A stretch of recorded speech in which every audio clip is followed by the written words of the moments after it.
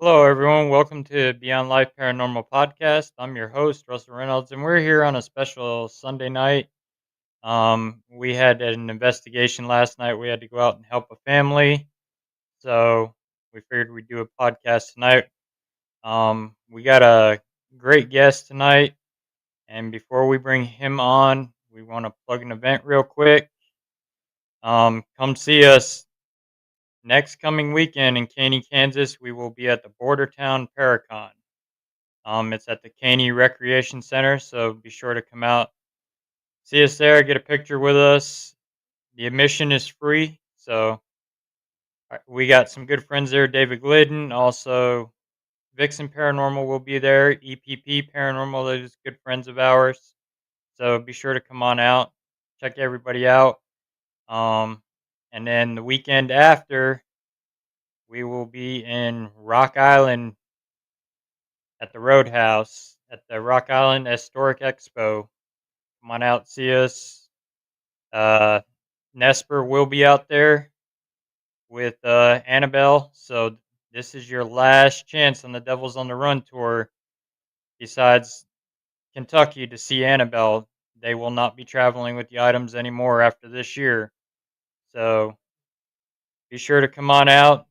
Get your tickets to see Annabelle in the Warrens Occult Museum and everybody that's going to be there. There's something for everybody at this Paracon between uh, celebrity paranormal investigators, residential investigators, Sasquatch researchers, UFO researchers, psychic mediums. So be sure to come on out and check that out. And without further ado, we're going to introduce our guest and bring him on. My guest tonight is well-known author. He was on the TV show A Haunting, and very respected guy in the paranormal community. I've heard a lot about him, so I was glad to get him on my show. Without further ado, we're going to bring him on, Sam Baltrusis. Hey, Sam, welcome to the show. Hey there, Russell. How are you doing? Good. Glad to have you. Yeah, we were talking before, and it's potential that we may be related through connected to Lizzie Borden, both of us. Yeah, it's funny. It's a small world how that happens. Yeah, yeah. So for me, like it was a shock because I actually grew up in Florida of all places, and I knew that my great grandfather through my mother doing genealogical research that he was originally from Portsmouth, Rhode Island.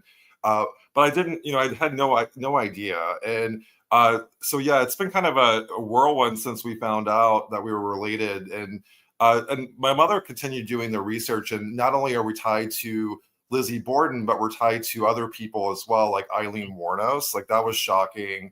And also Marilyn Monroe was recently uncovered as well. So there's a Wow. pretty intense lineage that's tied to it by blood. And you were talking about some of the other people that you're related to. It is possible that some of it's through marriage as opposed to Mhm. bloodline. But I will say, like blood wise, I'm connected to Lizzie Borden.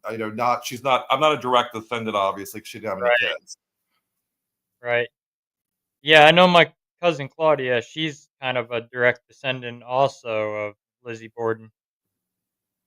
Well, yeah, I mean, so we can't be a direct descendant because it's she didn't have any children. So Right. it's more like tied to like the grandmother. So Yeah, mine that's ties. what I think she said it was tied to Yeah, the. Innocent Cornell Borden is the connector for me, and that's the one that connects to Marilyn and also to Eileen Warnos and other people as well. Like Elizabeth Montgomery is also tied to us too. Oh wow. Yeah, like I was telling you, also the actor Vincent Price and Boris Karloff is one of the other two. Yeah. We did find through our line also was George Washington. Oh, that's pretty cool. Yeah. Yeah, it sounds like it's a different line because mine's Innocent Cornell, and there's another line that ties. There's the Morse side of Lizzie Borden as well, so you may Mm, be tied to that side. And there's a whole there's people like Anne Boleyn who's tied to that side, and she was a lot of people in the UK that had tragic endings, and so I do find that there may be a potential family curse. If you look at the people that we're tied to, it's like either they were, like either accused of murder or Right. murdered, or there's a lot of weird stuff in our family line. Yeah, that's what a lot of people say to me when they hear I'm related to Lizzie Borden. They're like, I wouldn't announce that too much. Uh, I mean, for me, I find it really interesting, and there's been a lot of so having because I did the show Curse of Lizzie Borden with Dave Schrader and Chris Mhm. Fleming, and that was when I kind of first publicly came out with the ties. And I wrote a book called Related to Evil. And everyone asked me, do I think that Lizzie actually killed her father and stepmother? And if you watch the documentary, all signs do point to her. So, like as far as like the physical committing the murder, but as someone that connects with spirits and have investigated both the murder house in Fall River and then also Maplecroft, her later in life home, she doesn't take accountability for the murders. Right. So I strongly like my passion would be if I could exonerate her. I know it happened in 1892, so that was many years ago. But I do feel like that there's there she's not taking responsibility for it. So who did it? And there's a lot of theories and there's a lot of rabbit holes to go down to potentially get to exonerate her, hopefully, if we can. Some say that the uncle may have had taken part in it as well. Yeah. So John Morris is to me, if I had a likely candidate who was responsible, it would be John Morris. And John Morris was the uncle. He actually came the night uh, before the murders happened, kind of mysteriously showed up. He was Lizzie and Emma's uncle, so that he was connected to them through Andrew Borden's first wife, but he's not tied to Abby Borden, who was the one that was murdered in 1892. But yeah, John Morris, he was a butcher. And that's something that came up in our show when we were doing Curse of Lizzie Borden. We did a lot of research on John Morris. The thing is with him, he was ruled out as a potential perpetrator because he had an alibi. He had pretty solid alibis the day of the murders. And Mm, the part that always kind of didn't sit well with me with John Morris was he actually slept in the room the night of the murders where Abby Borden was murdered. And I mean, I would feel weird. I mean, I would not want to sleep in the same room right. where someone Yeah. was murdered. They're just strange. Yeah, that would be strange. Yeah, I couldn't do that. I mean, I've seen like Nick Groff that time he did that TV show with, I think it was Katrina, and they were in this old hotel where somebody had off themselves on a bed, and the mattress was just covered in blood, and they laid in there doing some sensory deprivation stuff, which was Yeah, yeah. I mean, like, yeah, definitely not something that I think is a good idea in any way. And I'm assuming that John Morris wasn't necessarily investigating the night of the murders, but just the idea of sleeping in a bed where it was next to where Abby was found. right. So and another thing too, like John Morris normally slept on the third floor when he visited, and he was sleeping on the second floor where Abby was murdered. So he was actually staying in that room the night before. So Mm, just a lot. Like if I really wanted to, like, if we could bring up the case now, I would definitely investigate John Morris more. right. Yeah, I agree. Because I mean, there's kind of like a missing piece that's part of that whole ordeal that everybody with Lizzie that she had to have an accomplice. I mean, some theories I've heard that like the uncle told the mailman not to come that day, told the mail, and then deliveries hold all deliveries and stuff like that, and that Lizzie did her thing, put the hatchet in the mailbox, and then the uncle came and finished. Yeah, so that's I don't have I mean I have not read that in a source, so I can't validate that, but I can say that um like he has a fishy backstory. And so the putting the hatchet in the I have never heard that. I've heard her hiding in the basement Mm, potentially. The only two people that were on record in the house when the murders took place were Bridget Sullivan, the maid, and then also Lizzie Borden.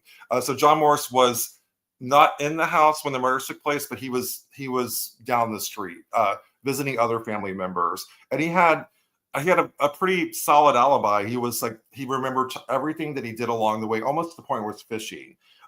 So yeah, the murder weapon was never retrieved, so there was no. It wasn't put in the mailbox, or they think it perhaps was put down the cistern, Mm, or like which is like a water box, yeah. and that's how it was potentially removed from the house. Yeah, and those things are deep, so you would never find it unless you got a big long rope with a magnet on it. And by now, it's probably so deteriorated since it's from the 1800s. Yeah, and just even it was this was 1892. So the the typical forensics that we have today, obviously we have DNA today, but back then it was very much like word of mouth and kind of old school sleuthing.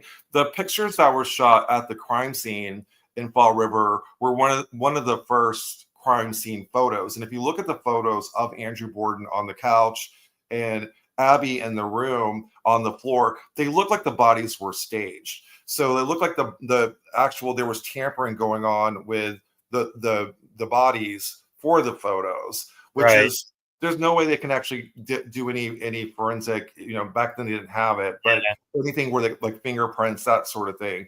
So even that's the setup was fishy. People were coming in and out of the house while people were being interrogated. So there were people like literally walking into the crime scene, which Mm, would contaminate the crime scene. right. Yeah, I mean, Missouri's the same way. Back in the 1800s, I mean, we had a man that murdered his brother-in-law, shot him in the back with a double-barrel shotgun, murdered 5 of his wives, and they never had any evidence to convict him. Plus, he was also a judge at that time too. Mm. So, Yeah, and he was a judge, so he was obviously had some yep, pull. yep, and it was kinda odd that 5 of his wives mysteriously just disappeared. The only one he didn't kill was the 6th one, and that was her brother coming to kill him because he didn't like him, so Slagle got the drop on him and shot him with a That's, double barrel through the back and buried him in the road, that's crazy. and they never found his body.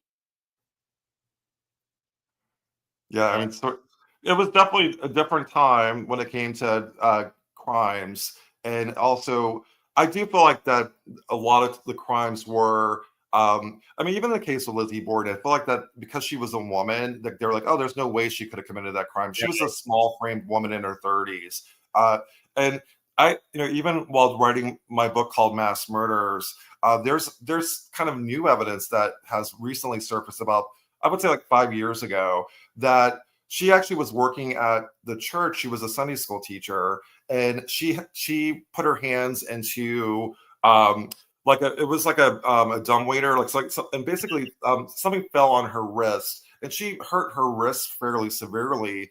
This was a few weeks before the murders, so she was potentially also injured when the murders took place too. And that did come up in the trial if you look through the actual trial, but it was kind of like dismissed in the trial. So just physical wise, she was not, the idea of a small framed woman committing these murders didn't make any sense. So my thoughts are that, and also the men were controlling her narrative. And I feel like that in many ways, and same with the judge, like maybe somebody in power was trying to control what was being told. In the case of Lizzie Borden and those murders, potentially John Morris, the uncle. right. Yeah, I mean, back then and I mean, with your wrist being hurt so bad, how do you have that strength to actually grip that handle to even slam it down into somebody?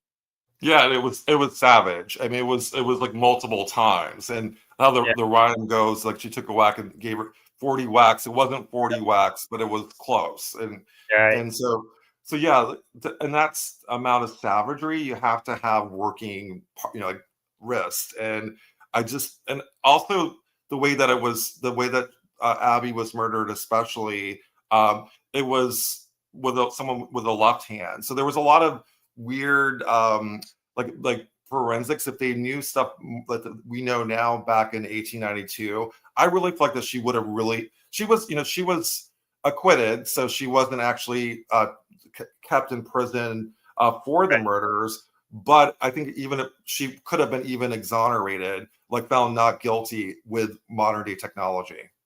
Okay. Yeah. I mean, and then she lived. I think she lived to be only into her 60s, I believe. Yeah, and she had a tortured life. I mean, like after being accused and being in the headlines of newspapers across the country, and even international, was in international news, she wasn't able to live it down. So she instead of like moving out of town, she moved up. She got a house in Maplecroft with her sister Emma, and the kids in the neighborhood they'd said that a rhyme. The rhyme was actually while she was alive, Mm, and they would throw rocks at the house, mock her, and she just had a tortured life, and she tried her best to live quietly. And but she, because of the notoriety that she had when she was in her 30s, uh, lived a tortured life. wow. I know some of the paranormal with her. If she will talk to you, but if you bring up anything about the murders, she'll quit talking. Some paranormal investigators have spoke with Lizzie, but once they bring up the murders, asking her if she did it, she'll stop responding. Yeah, I actually have an EVP because when I filmed Curse of Lizzie Borden at the house and I was there for several days. I've investigated the murder house probably, I would say, like 20 to 30 times before I filmed Curse of Lizzie Borden. Um, I never asked her, Lizzie, did you kill your father and stepmother? But the producers asked me to do it against my wishes, and I did. I said, okay, I'll do it just this one time, and I promised her I would never do it again. And you hear a blood curdling scream like, no, no, don't ask me that question. Like, stop asking me that question. And I haven't investigated since filming Curse of Lizzie Borden, and that was like 5, 6 years ago. Haven't gone back because I went back to pay respects to the family. But there's new owners, and I haven't gone back since the new owners, like as spending the night there and investigating. Right. Yeah, I've never been there. It's always been on my bucket list, even when I lived back east, to actually go to the Lizzie Borden house. And Yeah, then finding out I'm related to her, I'd like to actually go there and just communicate with her and let her know, hey, I'm one of your family members. yeah. So if it was still available, I would highly recommend going to Maplecroft, which was her later in life home, but now it's owned by a family, and that's happened like about 2 years ago. And the new owners of the Lizzie Borden house, unfortunately, have turned it kind of into like a Disney World. It's not the way that it was handled before, and I'm really upset by that. So Right. I don't recommend people actually spending money there because it's almost like mocking our family.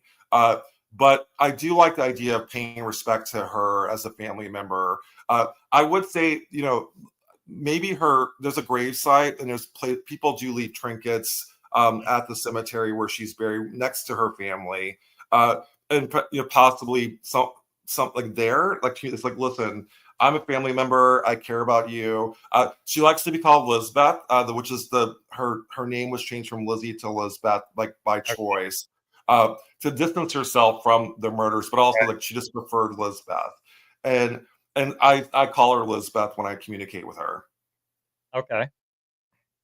That's some good tips to know when I go out there because I'm planning a trip back east next year. So, And another place that's opened fairly recently is there's a coffee shop right next to the murder house. okay. They do in the area below. And when I did Curse of Lizzie Borden, I channeled Eliza Borden, who was also tied to us through marriage. And Okay. Eliza Borden, before the murders in 1892, killed her children in the basement. And Eliza's another person that I feel very connected to, and maybe there, like maybe like if they open up the basement for an investigation, sometimes they do. I do feel like that's a very a place where I I do feel that the family members like there's something related to that basement that's important. So I would say definitely check it out there and go on a tour at the Lizzie Borden bed and breakfast. But I don't know if I would recommend staying the night there, mainly because it's making money off of it's trauma tourism basically. Right. Yeah, I don't go for that. I'm I more don't either. preserving history and stuff like that. And so what are some of the other books that you have written? So I've written 20 books altogether. The book that I'm known for the most is Ghost to Salem. That's the one that's my bestseller. Continues to be at top of the top 100 list for Amazon. And I was a tour guide in Salem for many years. And another book that came out last year was Ghost to Sleepy Hollow. So it's sort Okay, of my two bestsellers are Ghost to Salem and Ghost to Sleepy Hollow. I'm a huge Headless Horseman fan, so going back to New York, right. I lived in New York for 10 years, and going back to Sleepy Hollow to do the research was so much fun. So writing Ghost of Sleepy Hollow, Salem for me was a little bit more. I love it's my baby. I love doing the research for Ghost of Salem, but there's a lot of guilt associated with because of the witch trials that happened in Yeah, 1692 uh, that I didn't have with Sleepy Hollow because Sleepy Hollow is based on a fictional character. yeah. But both books are very important to me, important to as an author. I a lot of people that's what I'm known for. And they say like Sleepy Hollow's pretty haunted as well. Yeah, so Sleepy Hollow. So the backstory with that. So Washington Irving wrote a story in the 1800s called Legend of Sleepy Hollow. So if you watch even the cartoon, a lot of us watched the cartoon growing up. Mhm. That's with the Headless Horseman. Headless Horseman's been in a lot of pop culture. So there's even the movie Sleepy Hollow based on the Legend of Sleepy Hollow. Um, and so Washington Irving wrote this short story. It became an international bestseller. The Headless Horseman is pretty much the America's first monster. So before Frankenstein, before Dracula, Right. actually it was around that same time. But Washington Irving created the Headless Horseman as our own monster in America. So you have Frankenstein is of course European, and Yep. Dracula is Transylvania. We have the Headless Horseman in Sleepy Hollow, New York. As far as it being haunted, yeah, I mean, I feel like a lot of what's going on there. So the difference between Salem and Sleepy Hollow is that these ghosts were created. So they were a story that kind of took on a life of its own. So Yeah. he told the story of the Headless Horseman that may or may not based on a real man who lost his head in the Battle of White Plains. So so he basically wrote the story. There were reports of a Headless Horseman ghost after the story. So my thoughts are that perhaps it's a thought form manifestation that was created by telling the story, and people actually believe that Yeah. the Headless Horseman could, he's looking for heads Right. in the cemetery. So I do feel like that there's ghosts that have been created. There's also um, other supposed ghosts that were based on folklore that have kind of manifested in Sleepy Hollow too. So do think it's haunted. Is it as haunted as my experiences in Salem? No, but it's different things. I mean, there was actual bloodshed. 20 innocent people were killed in Salem. Yep. Sleepy Hollow, there was, of course, crimes that happened, but a lot of it was based on the fictional tale penned by Washington Irving. I mean, Right. have you done a lot into thought form manifestations? Like, have you looked into that as a paranormal Oh, researcher? oh yeah. Yeah, because it's big in Sleepy Hollow, and I actually use that as a tool for to kind of explain what a thought form manifestation is. Tulpa thought forms. It's an idea that, and it comes a lot from literature, and you'll see that like someone will create a ghost in the 1800s, like a ghost story, and then you'll start Yep. seeing it manifest. And I even think, you mentioned Annabelle earlier. I feel like a lot what's going on with Annabelle actually is thought form, Right. and not the original ghost that supposedly haunted Annabelle. Right. So I do feel like that there's energy attached to Annabelle, but it's not original to the doll. Right. Yeah. It's a lot of thought with the story with the nurses and then the little girl that they said was put into the doll. So you create that mindset, that psychological field, it's going to start feeding that, and then it's going to project it moving and doing this and doing that. Yes, you have that original story, and then you have now she's like burning down plantations and Yeah.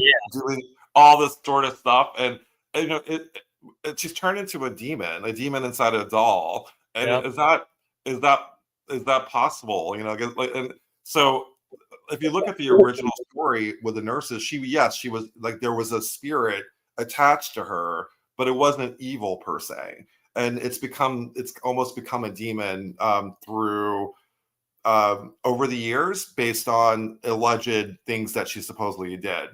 Mhm. Right. I agree, and I mean, that's like Slender Man. Slender Man was Yeah. created in literature, and a guy was doing it as a joke to scare kids, and all of a sudden now Slender Man's real. People see him all over the place. Well, and the danger with Slender Man, especially, is there were two girls that stabbed another girl based on Slender Man. So there actually was a real life murder associated with two girls that believed that Slender Man was real and that Slender Man told them to do it. Mhm. So there is danger to this. You know, there's danger to uh, believing that, Annabelle, giving your energy to these manifestations and feeding the darkness, and making them stronger. There's stuff that do you just ignore it, or how do you handle these things? Like, do you keep feeding the monster, if you will? Right. Yeah, and you don't wanna keep feeding it because then it gets worse. You keep building feeding it energy, it's gonna get stronger and stronger.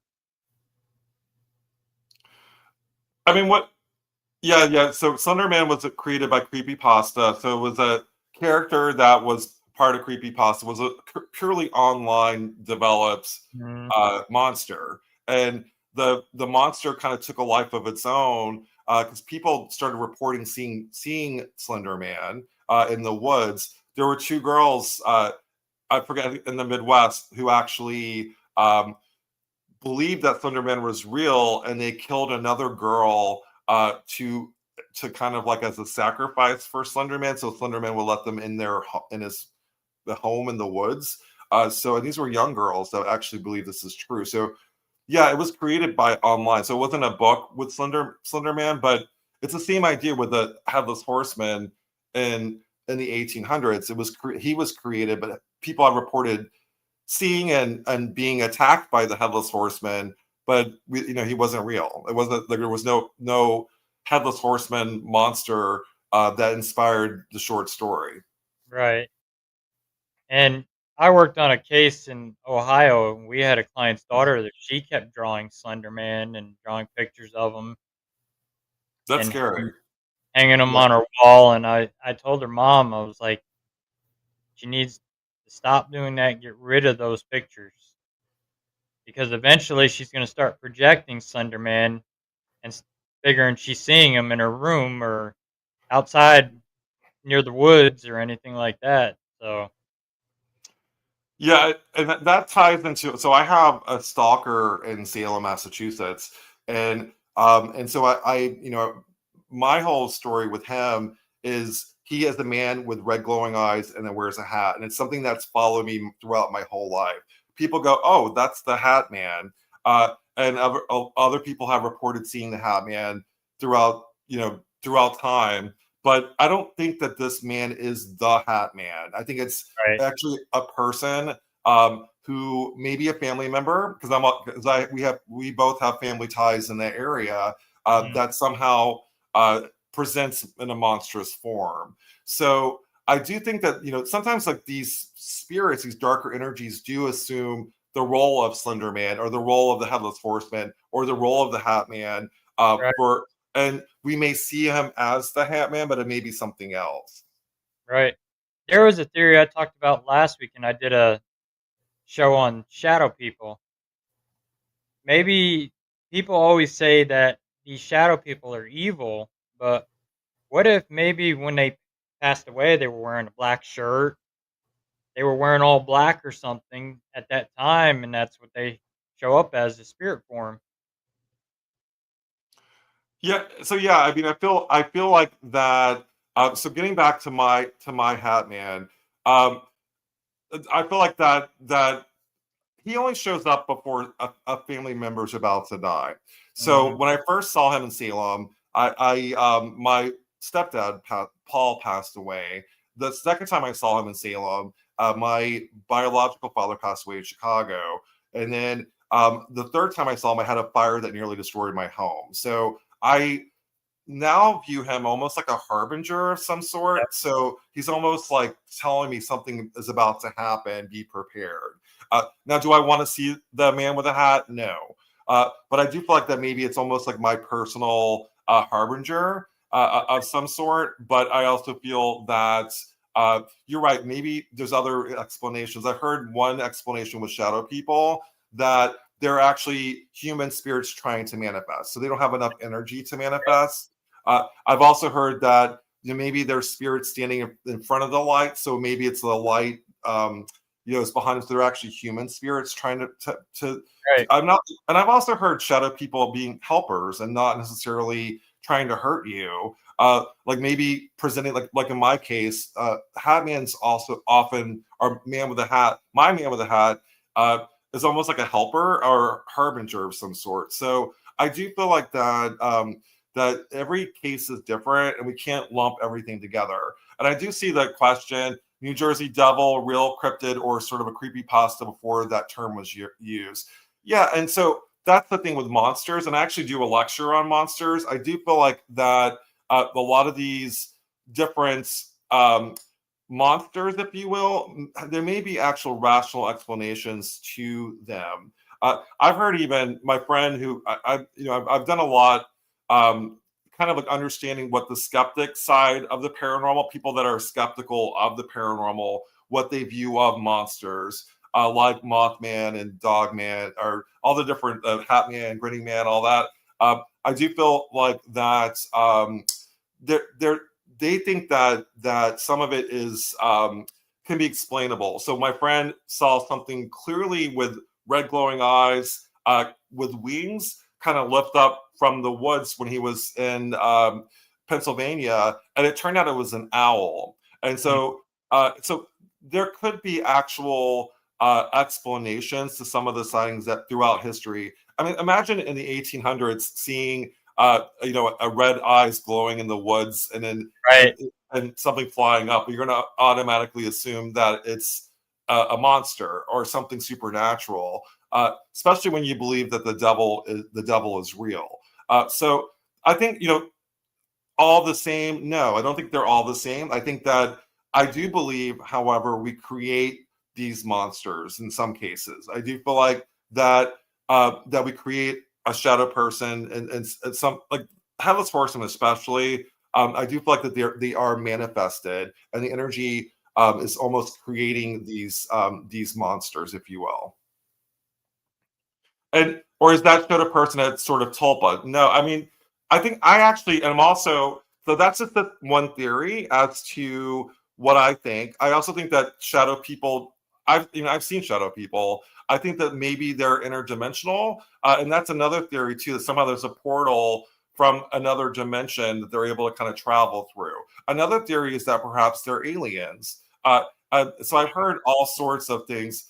It was an owl, but for those who want to believe, they may say no, it was an owl man, even though it was just actually an owl. Yes, very much. Yeah, that's the case. And so we have to look when we have these sightings.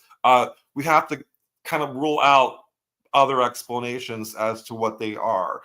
When I saw that the man with a hat, I have photos of it too, and it did present almost like a shadow person, but there may be actual a rational explanation for it, but I don't think so. And I think for me personally, it acts as a harbinger. I mean, what are your thoughts on shadow people? Do you feel like that they're spirits? Do you feel like that they're interdimensional? Like, what do you think? For me, I feel like they're some sort of spirit, and they're just taking shape of something because they can't transparent themselves. They probably, like you said, my theory is they don't get enough energy to do it. Yeah, yeah, Like I work nights at a school that's haunted, and we have a figure that stands on the third floor at the end of the lockers, and it's a black figure, and it's human outline shape, and it stands there and just peeks around the lockers at you, and that's all it does. If you start walking towards it, it disappears. And then one night I had one come walking out of a door, right through the door, got into the hallway, and then it was just gone.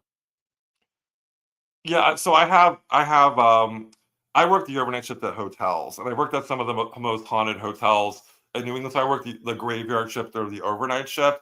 I have Mhm. seen all sorts of things like that. And so for me, I definitely feel, and like I've had experiences with shadow people. Old Harriman Hospital, when I investigated that with Richard Estup in Tennessee, we saw something similar that you described. It was kind of peeking around. I call it a peek around, and it was like Yep. peeking around the corner, and and we were like taking video of it, and then it would just kind of move back, and um yeah, so I do feel like that. I do feel like that I've seen them, and I don't necessarily know if they're human spirits. I do feel like that the one at Old Harriman Hospital that I saw is almost like a soul collector, and so it would make sense at a hospital that this spirit would kind of still hang around because it's almost like looking for. It almost like brought other people that died in the hospital to the other side. Mhm. So and with yours, do you feel like that? Like, what do you get from it? Did you investigate him, or you just saw him? I just saw him because I'm actually still working, so I'll see him. I kind of gave him the nickname the third floor dweller, Okay. and I'll say bye to him every night. And my one Yeah. coworker, she come up there the one night, and she actually got to see it, and she laughs at me when I say goodbye to it, and that's all it ever does is just peek, and it never moves anywhere And unless you some go towards it. Yeah, some people say like just completely ignore them and not give them fear. What I have, and I wrote a book called Fueled by Fear. What I have learned, especially with shadow people and other entities, don't give them your energy. And I find that by doing that, they don't attack you, or like they don't try to scare you as much. So try to go in, and the fact that you're kind of like nonchalant, like hi, Yep, Mr. Hall Dweller, and not being scared of it. Actually, I think is the right approach to it. yep, Uh, and so I do feel like that if you go with fear, it feeds off fear. yep. And that's even that one that come through that door the other night. I was had my back turned, and I got that feeling like I needed to turn around and look, and then it comes walking right through the door, got in the hallway, and it saw me looking at it and just like disappeared as fast as it come out of there. Yeah, so there was a question about a peek around. So when it's a sentient spirit. So peek around, is that in the woods? No. When I'm seeing a peek around, it's literally around the corner at the hallway usually. So you can literally see its head poke out. I did a show called Fright Club, and I was brought on as the shadow person expert for the show with Jack Osborne and the Ghost Brothers. And so they would show me all these clips with various shadow people, and one of them was what I called a peek around, because it literally you saw its head kind of peeking around the corner, and when someone was walking up, it would back up. And so you would see that happen. There may be an actual rational explanation, but it did look sentient, and it did look like it was intelligent, like it was actually responding to the Mm. person walking in the room. So it wasn't in the woods that I've seen it, but the peek around was peeking around the corner of a hallway usually. Yep, and that's usually us. They'll peek around the door frames or they'll peek around the hallway. And I mean, where I work, my coworkers, the lady I work with at night, she will not go in the old gym after 9 o'clock. If those lights are on, they're staying on. She won't go in there and shut them off. Yeah, yeah, exactly. Like I tend so I work the overnight shift, so I see a lot myself. I'm currently working at after this we do this. I'm going to head over to my haunted hotel that I work at. I'm not going to give you guys the location, but I generally if there was another question regarding my inspiration, I immerse myself at locations for my books. So I've worked in Salem. I was actually a tour guide in Salem. I worked gave tours of various haunted locations in Salem just to immerse myself there. I'm currently working. I've written a book on haunted hotels. So I tend to always work at hotels that either were known to be haunted or the haunts kind of present themselves while I'm working there, which is the case at my current job. It's not known as being haunted, but everyone there is like, oh my gosh, it's haunted, you know. And so I've Right. had experiences. Usually, it's with uh, it, it's usually just energy, and you're not sure, you know, if it's actually a disembodied spirit. But it kind of presents itself as like a black cloud, if you will, like a black mass, and it usually dwells in the basement. So Right. that's where I'm heading to tonight. And I mean, even hours at the school during the summer there, when we were working during the day, we would take breaks, and I kind of got them into the paranormal investigating, so they're not so much being in fear. They can actually see that these things aren't here to hurt them, to make them feel better at ease. And I've got it to actually knock how many are there, and it got as high as 21. Wow.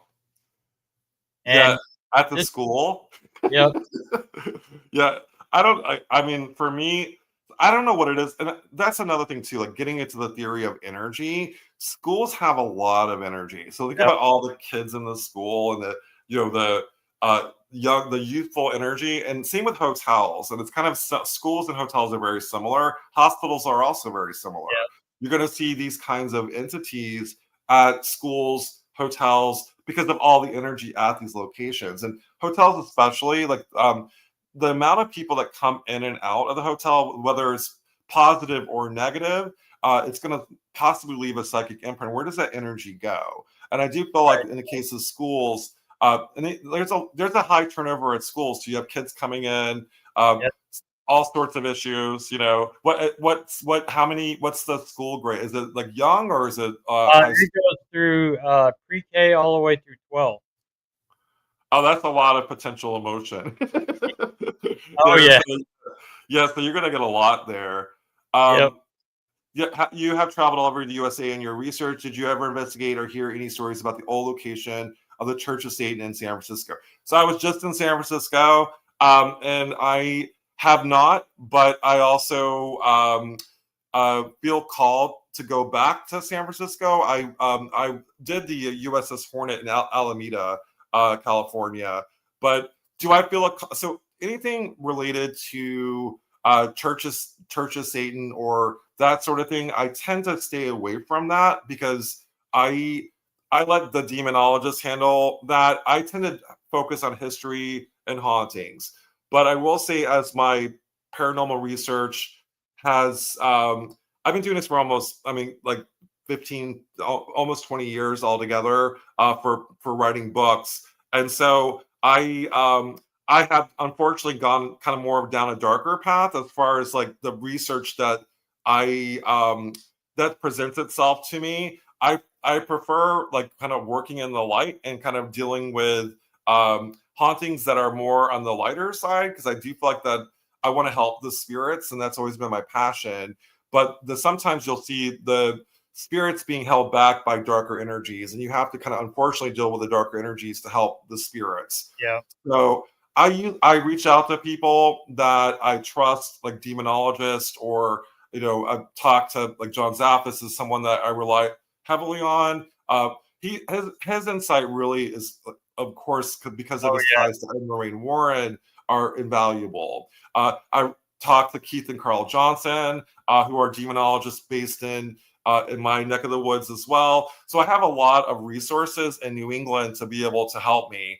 Uh, but yeah, so I think where the Church of Satan is may have been vacant since 2012 as they moved to in Chicago in the 2000s. And I will say this, especially with Satan, like there was a satanic panic, and a lot of that you have to be really careful. That there's a lot of the stories have been um, turned really over the top and dramatic. And if you really dig into the research, it's actually not the Church of Satan; it's something else. You know, like you never know, like what has been depicted in pop culture and also in the press. So I think a lot, especially in Salem, everything, they want to turn everything into a demon, and it's not. It's not not everything's a demon. Right. And that's like us too. We work with demonologists. We work with Sister Farrah Rose Deal, Mm. and Father Bob Bailey. I love Father Bob Bailey. He's another great resource source as well. Um, in fact, he just did a deliverance on me recently when I was in the main Paracon, and I was affected. We had a situation where it could have been elemental. I'm not sure, but I was very affected by it. And he did a deliverance. And I also that day, I mean, I'm good friends with Ryan Buell as well, and I was up with Annabelle, and I was deeply affected by it. But of course, affected by to me, it's not Annabelle, it's the Conjuring mirror. That's the one that really Oh freaks me yeah, out the most. So I was affected by the I feel like not Annabelle, but the Conjuring mirror. So he actually ended up doing it's like a prayer, and you basically do holy oil. hmm But Father Bob Bailey is a great man. oh yeah, I love Father Bob, and he's Farrah's spiritual director. Oh, that's awesome. So, Yeah. and then Farrah, her late husband Kenneth, he was another great guy. I got to work with him and talk to him quite a bit too. And I studied demonology under Farrah and her late husband. Yeah, so the demonology stuff is I try to stay away from it, but I always get pulled into it. Like I'm always friends with Right. demonologists. It always happens, I'm like, oh gosh. But we handle demonic cases in residentials like Ed and Lorraine did, and we're one of the few teams that will go out and do it to help a family out. Yeah, I mean, obviously, I mean, I'm a huge Ed and Lorraine Warren fan myself. I absolutely love Lorraine Warren. I mean, did they were they part of the Satanic Panic that I was talking about earlier? Yes. I mean, it was a different era, but I do feel like that what they did for us did open doors for the paranormal community. Sure Absolutely, did. and I do feel that like Lorraine's work, because I'm a clairvoyant, so I identify a lot with her. So I do feel like what she was doing is really, that I feel like a calling to do what she did, and Yeah. I do feel like that it kind of happens whether I want to or not. It's almost like a calling, and because of other people that I know, they're like Yep. Sam, and even like in the movie, even though I know it's primarily fiction, but even the idea that they were like gonna trying to retire from it and then they get called back, like that's sort of Yep. me. I can't retire from this. I'm kind of like stuck in this role, whether I like it or not. That's my dad too. Same thing. He's got the abilities also, and Mm. he died back in the 70s from a car accident, and he woke up to three nuns reading his last rites, and he has the abilities from that near death experience. So he coped with it for a long time. He kept seeing things, hearing things, and eventually I said to him, I was like, why don't we take your abilities, we'll put them to use, we'll go out and help people. I was already doing the paranormal since I was 13, and I formed my first group in 2006. So I was like, why don't we just go help people? Go to people's houses, help them out. And I died at 12, so I've got the near death experience as well. So I came back with some abilities, and I I had it in DE as well, so yeah, and so I do feel like that there's definitely a tie to near death experiences. And mine was in New York City when I worked in New York City, and I will say after the near death experience, I I was opened up, and it was terrifying. And yeah, I did and I started I what the way I handled it back then. This was years ago. Is I started drinking alcohol to kind of quiet the ghost, and they would not leave me alone. So don't drink alcohol to make the ghosts go away because they don't go away. no, that just enhances your senses even more and makes them come It, to you even more. it did, yeah. And I've been sober for 16 years, so the thing is, yeah, but just my approach to handling it was not what you guys did and like, hey, let's help people. Mine was to like, please go away, leave me alone, and it Right. didn't leave me alone. Oh, they bothered me too when I was 12 and through school and stuff because I was more one of the outcast type of kids in school, and I had my best friend Andrew, and that's pretty much about it. And then I started getting into the paranormal research and had my first experience at 6 years old in a house we lived in. Saw a Civil War soldier standing in my bedroom doorway at 3 in the morning. Yeah, And your childhood sounds like my childhood, though. Yeah, and I mean, yeah, I had so my first encounter was my granddaddy, and he was sitting on the corner of my bed when I was around 8 years old. I had stuff that happened before that, but nothing that I remember as much as talking to my grandfather sitting on the corner of my bed. He had passed, and I actually never met him. I remembered meeting him because he died when I was very young. And then so I was having conversation, and my mom was like, "Who are you talking to?" And I'm like, "Granddaddy."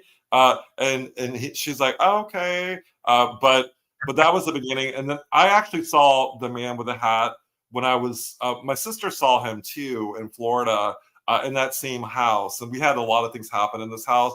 And it was actually it was called Satcham Road, so there was not a lot of Native American stuff Mhm. that happened in the neighborhood, and so we yes, we saw the man with the hat even when I was a kid, and that's when I shut down, and I went most of my young adult life uh, having experiences, but kind of shrugging it off as something as explainable.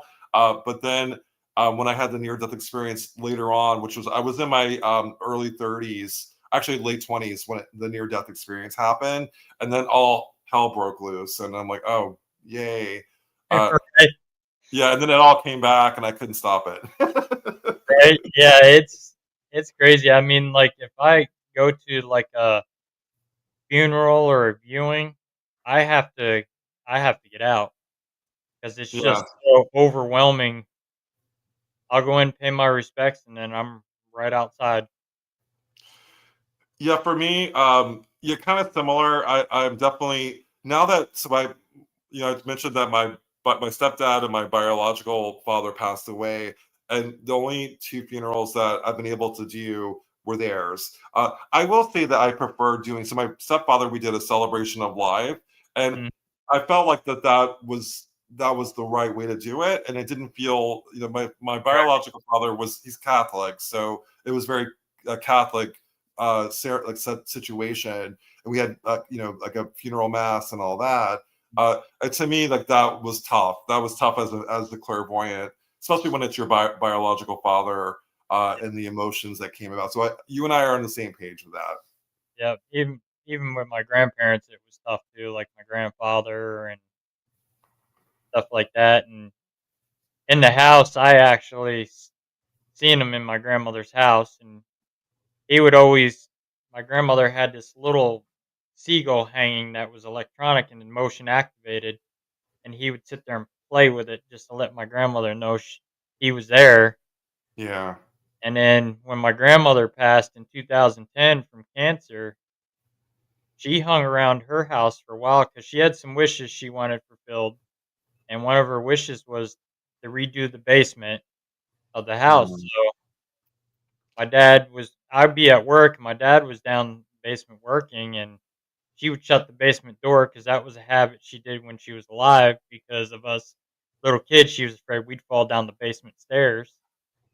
Then she'd go flip the circuit breaker off on my dad and wow. he'd tell her to stop, and then she would stop. But I'd be going to work early in the morning. I have to be to work at like 5:30 in the morning when I worked at the golf course, and I'd go by the house and her closet lights on. I'm like, I asked my mom, I was like, "Did anybody leave the closet light on in my grandmother's bedroom?" She says, "No," and I stopped there, and her alarm clock's going, Yeah. and she would have that radio going every morning as well, and I'd go shut the light off, and then I'd get a phone call from the sheriff's department. The alarm's going off in the house. They'd go there, check it out, and there's nothing. They were out there like 5 times one night for an alarm. Yeah, I mean that's sounds like my life too. Like I mean, I because I'm also I mean like light bulbs break. I've also had like um weird things happen, like pipes bursting, and and I always blame it on the paranormal. I've had even stuff like my doctor knows that I'm in the paranormal. He's like, 'cause for example, I had a number 8 like etched on my chest after doing an investigation, and my doctor is like, "Is that paranormal related?" I'm like, Yeah, unfortunately it is. And so he gave Right. me like an ointment for this rash that was, like non. I forgot what he diagnosed it as, but it ended up going away. But yeah, I've been scratched, like a number 8 etched on my chest, all sorts of things that uh, I can't explain, but I also feel like that this is my life and I accept it, and I have a really interesting life. So, and my passion really is to help other people, and also to well, the spirits help the spirits too. And I think like with our family members, like that is my passion. If I can, like revisit their if they're still lingering on this earth, like if Lizzie or Lisbeth Borden is still lingering here because of the guilt associated with the murders, I want to help her because she's our cousin, and I want to give her peace. Or whether Eileen Warnos is still sticking around, I want to help her. Or Marilyn Monroe, I want to help these people, especially family members, to help them. But your story sounds very similar to mine. I'm sure other people's as well. But do you feel like that it is somehow tied to, if we're potentially related, which is possibly the case? Yep. Do you feel like it's part of our family curse, if you will, our family line? I think so. I do too. I do too. And yeah, I do feel like that it's something that even my mother has, and it's tied to the people that are tied to Lizzie Borden. So it's my mother, my grandfather. My grandfather is the one that visited me on the bed. My sisters. I do feel, and I'm actually getting a breeze right now next to me, and I'm like, there's not no AC on. So I do feel like that there's something related to that, and the spirits are kind of agreeing with us on that. Right. And I mean, that's like my mom. My mom passed in 18, and I'll be talking to some of my psychic friends. We'll be video chatting, and they'll spot my mom behind me. My friend Yeah, Carol spotted her a couple times, and it was the younger version of my mom from like her senior picture. yeah, And yeah. I never told her my mom's name, and she was able to pick up my mom's name. Yeah, it's definitely. I'll have so there's apparently there was when I'm talking, there's a woman that has like a bun that walks behind me, and people see her, and some people even said that it looks like Lorraine Warren, and I'm like, why would Lorraine Warren walk behind me? Because I never, even though I love her, I don't understand why she would walk behind me, but I do feel like that she does reach out to certain mediums, Yeah, and I do feel like that like that we have work to do, and like that's kind of what I get from her and from her right. spirit, and she wants her legacy to for us to continue that, and so she is reaching out to me, and we actually, like you mentioned before, we may be like related through marriage. So I want to help her too. Like if she wants me to do something, I will do it in a heartbeat for Lorraine Warren. Yep. And we're tied to the Warrens through Ed's side of the Right. family.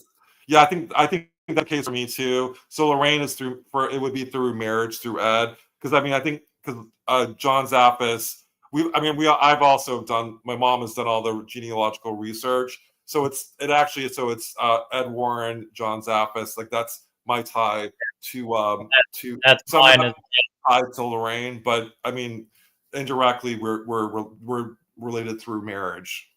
yep. And it goes way back to the 1700s with the Briggs family, Yeah. but I So was for able to find. Yeah, for my connection, and like this is where like it may have been through marriage, obviously. So my connection is innocent Cornell Borden, and that was found out fairly recently that she was tied to my family, the Cornell side, and so and my the name that my mom's name is last name is Hughes. So all the Hughes family members Mhm. goes way back to the 1600s in New England. So that's my tie with my family. But so we may be like cousins through marriage, but still we're tied to the same family. So that's Yep. that's interesting. Yeah, that is interesting, and I've been finding relatives like crazy. I mean, my Reynolds line is huge. My Yeah, great grandfather, he had 13 kids, yeah. and And everyone in my family had like 13 kids too. Yeah, it was like It was. I mean, even my mom, like I'm the oldest. I'm also five kids, but like yeah, like they're like my mom's family, like her brothers and sisters, there were eight, so there was always like really large families in our lineage. Yep, and it's crazy. I mean, they come from Rhode Island. Most of them migrated to Warrensburg, New York. That's where the whole big line of the Reynolds lived, was in Warrensburg, New York. There's a whole cemetery up there named after my family. Wow. And then we're tied into the Kenyans also, the Kenyan line. Yeah, that all those names of course sound familiar to me as well, like, having done. I'm a researcher. I'm a historical researcher, so I haven't really done. Oddly, I didn't do a lot of the ancestry.com stuff. My mother did, but I also when she showed me, she had like books and books of research about the family, and I'm like, oh my god, this is amazing. So I do find it really fascinating. So Russell, I hate that. So I have to head off to work. All So right. we're getting close to the. We're actually over the hour. But So, yeah, I'd definitely love to do a part two. I usually do Saturday nights, but last night I was on an investigation, so that's why I'm yeah, yeah, tonight. absolutely. Like, yeah, let's schedule it to talk. Because I do want to now that I know that we're potentially related. You know, like that's interesting to me. And maybe we can dig a little deeper in that. Yeah, definitely. If people want to get a hold of you or buy your book, how can they get a hold of you? Yeah, sure. Go to my website, sambaltrusis.com. And so it's my name.com. And then my books are available on Amazon. The one that I would recommend for spooky season is Ghost to Salem, and then also Ghost to Sleepy Hollow. All right. So I thank you for coming on tonight. Everybody that's viewing, stay tuned. There's another special guest coming on. So she's running Awesome. a little late. So thank you, Sam, and we'll All right. definitely Thank you so much. Have a great night. you too. So we got another guest coming on. She'll be on here in 3 minutes. My next guest is Amanda Quill. She is the founder of Cold Spotters, British Columbia, which we are actually part of the Cold Spotters family. They have teams all over the world, internationally, and in the United States. We're Cold Spotters, Missouri. She'll be coming on here momentarily. Um, we had a pretty good investigation last night helping the family. If you guys actually want to see the investigation, if you go to Comedy Vets on Facebook or even YouTube, the podcast is called The King's Court. He filmed it on his podcast last night. It's my buddy Richie King. He runs his own podcast as well. So we were at his house helping him out last night because his wife and daughter, they see ghosts in the house, and the house dates back to the 1800s. It used to be like a loft for people waiting for the train at one time, and there was a little old lady who used to live there, but she didn't pass away there. So they'd be sitting on the couch. They see something pass in the kitchen. To go upstairs. His daughter seen a lady sitting on the stairs at one time when she was vacuuming. So we went there to solve a debate with that issue and to see if he's right or his wife and daughter are right. So we're still going through evidence on that, and but it was a pretty good investigation. Richie got to investigate with me last night, kind of taught him some of the ropes at what we do, and he enjoyed it. So we're gonna bring our second guest on. I see she's backstage right now, Amanda Quill, who's the founder of Cold Spotters. And if you're ever in British Columbia, Canada, be sure to check out their events as well. They do some pretty good events. That's all right, Granzer. So without further ado, we're going to bring Amanda Quill on. Hey, Amanda. Without a second, I was running behind because I forgot that my laptop's missing. And Yeah, so I usually do these things on my laptop, and so I've been switching over to my phone, and I'm like, how do I do this? It's on my phone. So I'm on the wrong. I know I'm supposed to be. Wait, I can do it. Whoa! There we go. There There you we go. I was I was doing the wrong way. So hi, how is everyone? Ooh, We're my good. finger. Where's my stand? There we go. We can do this. We can get through this. Russell, look at this. I'm a professional. There you go. There. I'm just tired. We were on an investigation last night. Ooh, Went nice. out to solve a debate in my buddy Richie's house. Wife Mm-hmm. said there's ghosts in there. They see ghosts and stuff. He swears there's nothing in there. So Yeah. you need to come and solve this debate once and for all. Oh, okay, okay. And What side are you on? there's some stuff that passes in and out. I don't believe it stays there because Mhm. we got a little bit of activity, but nothing I would call it as like haunting. Right, right. Did I I just mean, disappear? you froze. There we go. I think I totally there. This is what happens when you don't do like sound checks and all that fun stuff. But he actually filmed it last night. He does his own podcast called The King's Court. He's a comedy Okay. vet.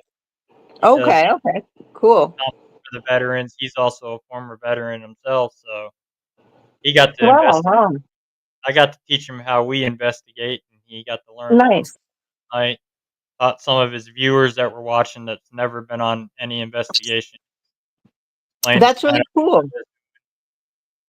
So and he's a comedy guy who also does yeah, investigations, or he's never done an investigation before. he went to one place out in Oregon. It was an old brothel, and he was just taking pictures, and he captured stuff in his photos. And Okay. he had a few strange experiences. The guys he was with was getting scared, but he Mm-hmm. wasn't. But He wasn't.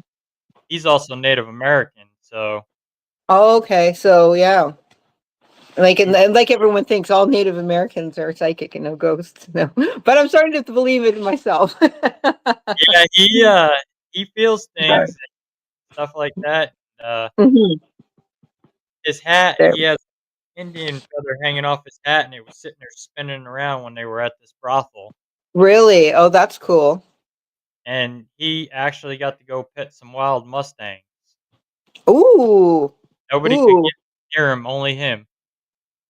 Really? Well, that's really interesting because I've actually done that during or in between investigations when I've been up on ranches and stuff. But a lot of there's a lot of belief systems with any sort of horrors is that they walk that line. So they help us walk that line. So if you are able to take some time and spend some time like going on a spirit walk or just walking with a horse or spending time with a horse, it's so powerful. And um, being that I'm Native American as well, I know that that's part of my culture is to take some time because I do walk with spirit, but I need to ground myself with those horses. So that's really powerful. Yep, and I grew up with horses. We've had horses since I was a kid, so Hmm. Yeah. and then with my Native American heritage, Hmm. So what's going on with our boys there, Mahomes and stuff? I don't know. Like, come on. I don't know. 0-2. Don't know with them. Yeah. I think part of it's that Travis Kelsey with Taylor I Swift. heard that's a theory that it's because it's all what's her face's fault because she basically Distract. has oh what's the word when you distract, yeah, he's distracted with wedding planning now, so and the hubbub of being engaged to so Swifty there. But And like everyone's being upset because we do have, well, there used to be one big Chiefs fan up here in Vancouver, and that was me. And then we got quite a few more when Taylor Swift joined board. So they're the Swifty fans. And now everyone's like, what's going on with the Chiefs? And it's just like, well, you know what? If you don't like them when they're losing, You can't like them when they're winning. You can't just be a tailgater or whatever it's called when you jump on board. So yeah, you got to like them when they lose too. Oh yeah, and they'll kick Yeah. it back up. Yeah. So I was supposed to do an investigation yesterday and it fell through. So that was fine. Or no, not yesterday, on Friday. Of a hotel, and it's a hotel, and then a whole building. It's a whole building that's mostly the hotel, and then a basement, and then a restaurant. So we were going to stay in the hotel overnight and then investigate the whole building and the restaurant and then the basement. But we didn't get all the permission from all three parties. So it fell Right, through, which was too bad. But then when we were talking to people, they were saying, well, if you stay in the hotel, you already have permission because you're renting the rooms. right. Um, and then you can go in the basement if they let you, because, usually they'll let you just go down there, like pop down there. And then we have permission from the restaurant. Now, here's a question to you guys. Do you think that that would be okay, or do you think that you really would need all three permission, like, because that's really like a tightrope of permission there, it's like, just because you're renting the room, you have permission to do what you want in the room, but not in that whole hotel, Yeah, right? for That's me, kind of what I was thinking, and I everyone would thought I was thinking too much into it, but yeah, I would rather have all three permission just to be on the safe. yeah, Because yeah, I just mean, because I can sneak into a basement doesn't mean I should. right? And you Right. didn't know the ones that gave you the permission, the other ones that didn't, they catch you. Then it's Yeah, some exactly. Yeah, like in that, what am I supposed to, like, fight amongst yourselves? So I'm investigating here. Yeah. Yeah. So I mean, and that's how you ruin it for everyone else too, in my opinion, too. So yeah. It was a Brandon weird one, but we decided not to go through with it. Yeah. here had a question for you. He says, Amanda Quill, what got you into the paranormal world? Movies, TV shows, documentaries, stories passed down, or personal experiences? Mm. Great question. It's actually none of the above, but so close, so close. It was the ghost stories. So any ghost stories I could hear. So I guess that is like not. I guess it isn't like none of the above. So, 'cause you did say stories passed down. So yeah, stories passed down. That's what got me into it.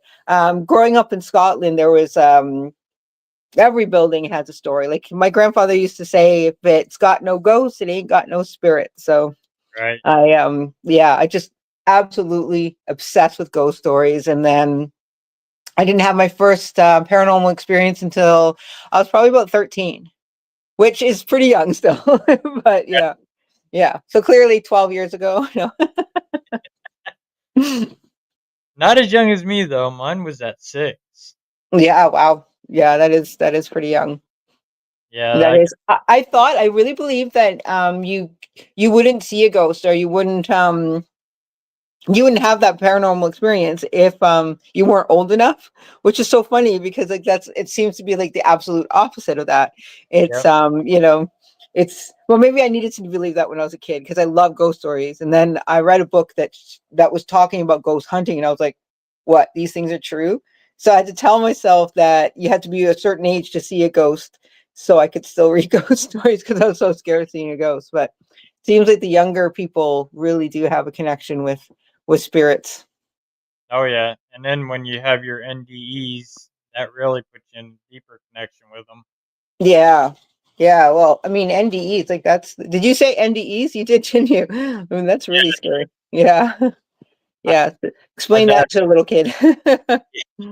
my dad and I both had one. So Oh, wow. yeah, I, he was in a car accident back in the 70s. okay. He was Mhm. pronounced dead at the hospital, and nuns were reading his last rites, and he woke up. Oh, wow. He's like, nope, not this time. I still Yep. got a quill to meet. And I died at 12 from a seizure. Oh my gosh. That's scary. Yep. My mom gave me CPR and brought me back. Ooh. I And was NDEs, like they're so important. I think that they're really looked over.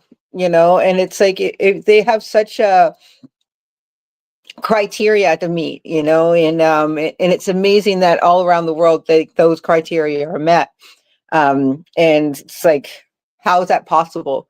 Because it is still in the realm of paranormal, right? Yeah. And a lot of people still don't believe in it. And I believe in it was in Atlanta. They had like a what do you like experiments basically, where they had like a blue triangle above the light in when they were operating in operating rooms. And so people, when they would say that they died on the table, they would float above and they would see themselves being operated on, or them trying to bring them back to life, or what have you. They'd say, did you notice anything else while you're up there? And they'd be like, yeah, there was a blue triangle on top of the light. Or they'd have like a red circle above the Right. cabinets. And these patients, when they were brought back, they would tell them that, yes, oh yeah, there's a big red circle on top of the cabinets. And sure enough, there is. And Yeah. like nobody would know, like no one in the operating team, nobody know, only like the one doctor that was studying near death experiences knew that he had placed them up there. Yeah. So that's just beyond coincidence, Yeah. And now we use our abilities to help people in houses and Hmm. Which is amazing.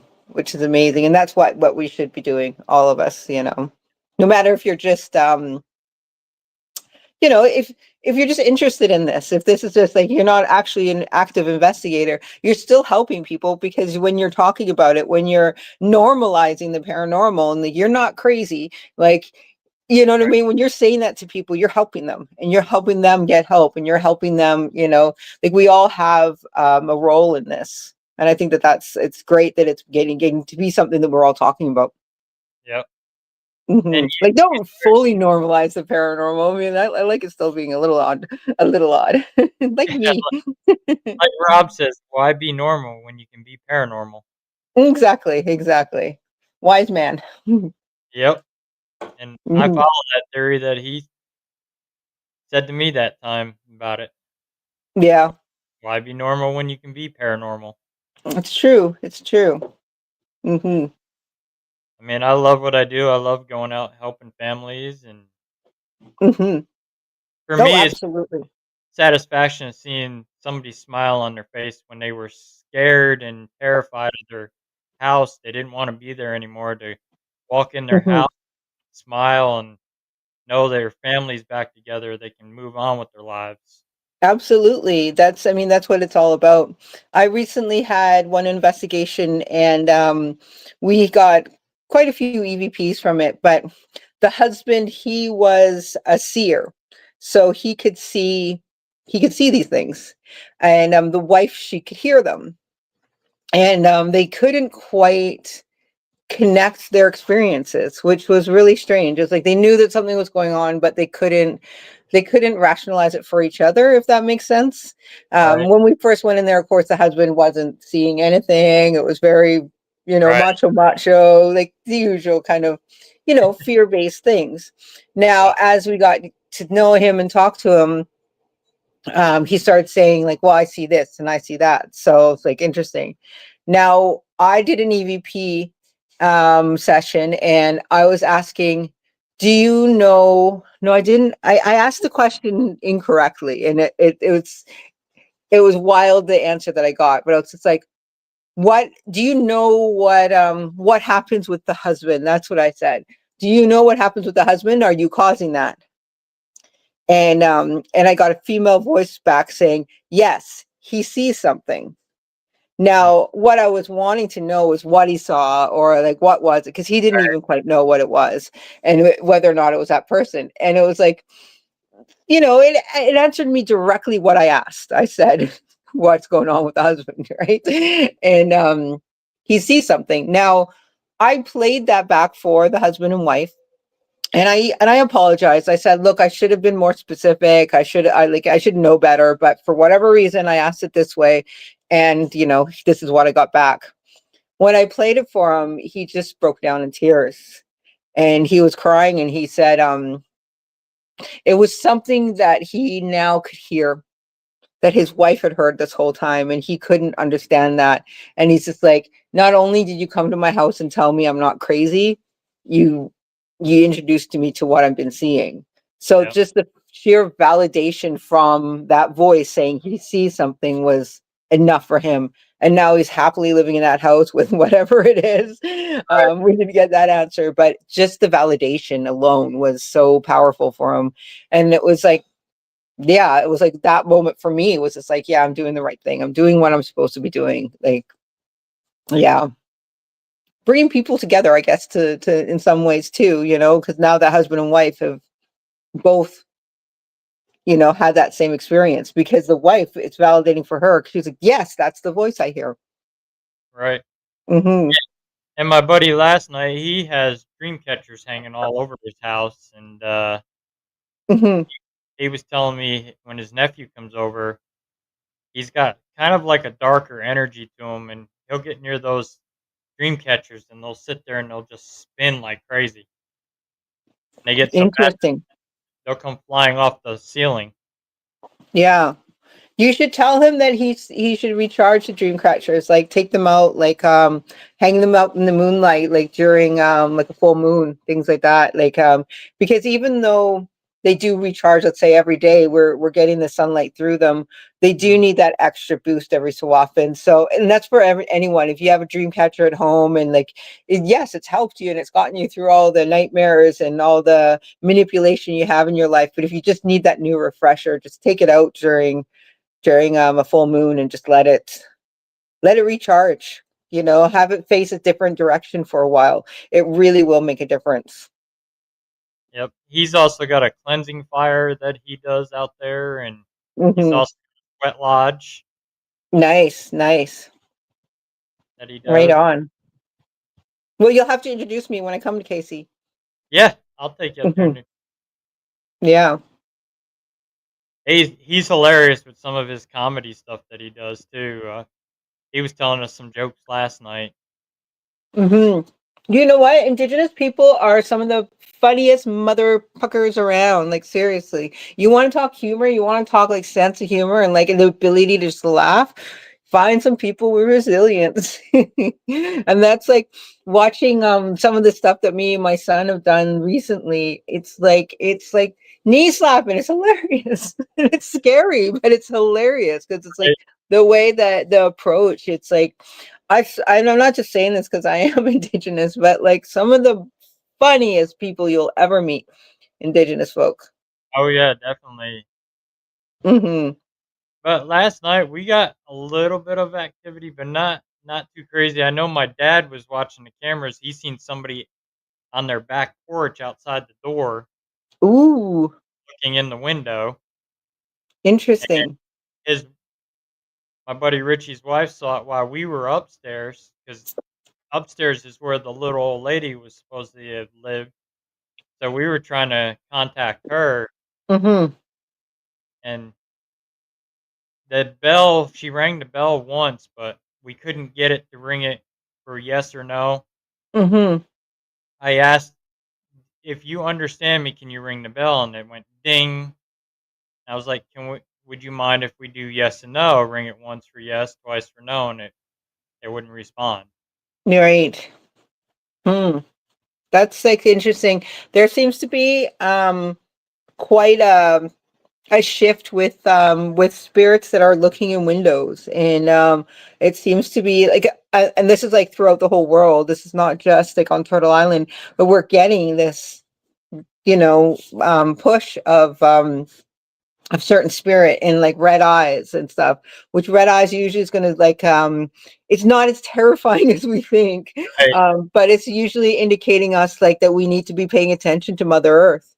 It's like that root chakra. We need to be, start planting things, get things going in your house, like take care of the land that you're on. Like it's usually terrifying to us because it's a call to action. Like we got to pay attention, right?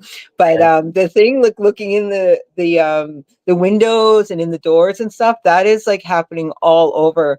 And I have one case on Vancouver Island here where you see it, and it's because we all have these cameras up too. That's the other thing. You see it looking in the window, and then there's kind of like a like a black, like a blank out, like it's like, Mhm. you don't see the cameras for a second, and then you go back, and then whatever this is inside the house.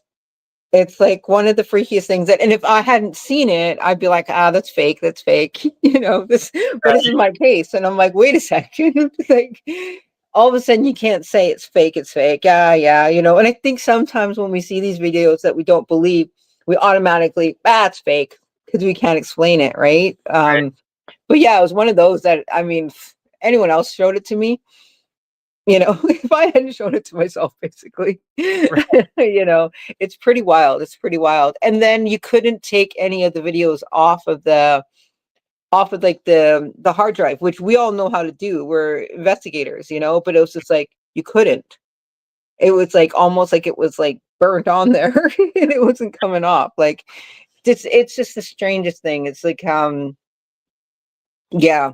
And I can even like hear everyone, yeah, yeah, sure, sure. But it's like, it gets you in like the strangest ways, but it's our job to figure out what that is and whether or not it's paranormal, like is it a glitch in the machine? Is it a machine? Have we had that before and just not had right. something freaky happen during it, things like that. So it's all about how you approach it.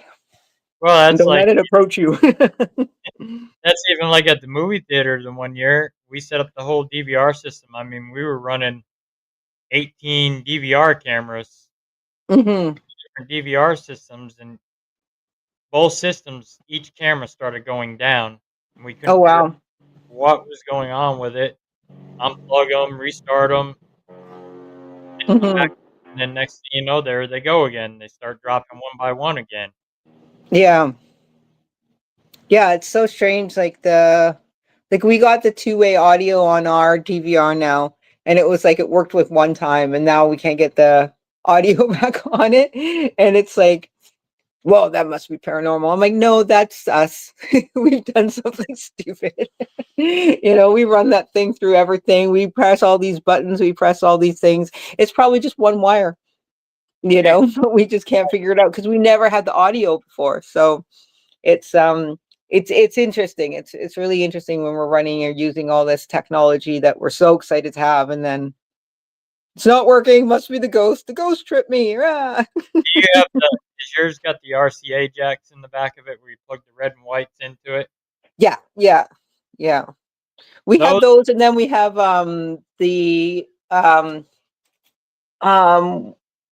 the cameras are different on one set, where it's like the cameras have them too, but it's like then that's a whole nother set of wires, and it's like, yeah. So we like now it's like we have the new school DVR system, but all our old school DVR cameras. It's like we like these old cameras better. We don't like change. right? I don't know. What do you recommend for using for a DVR system?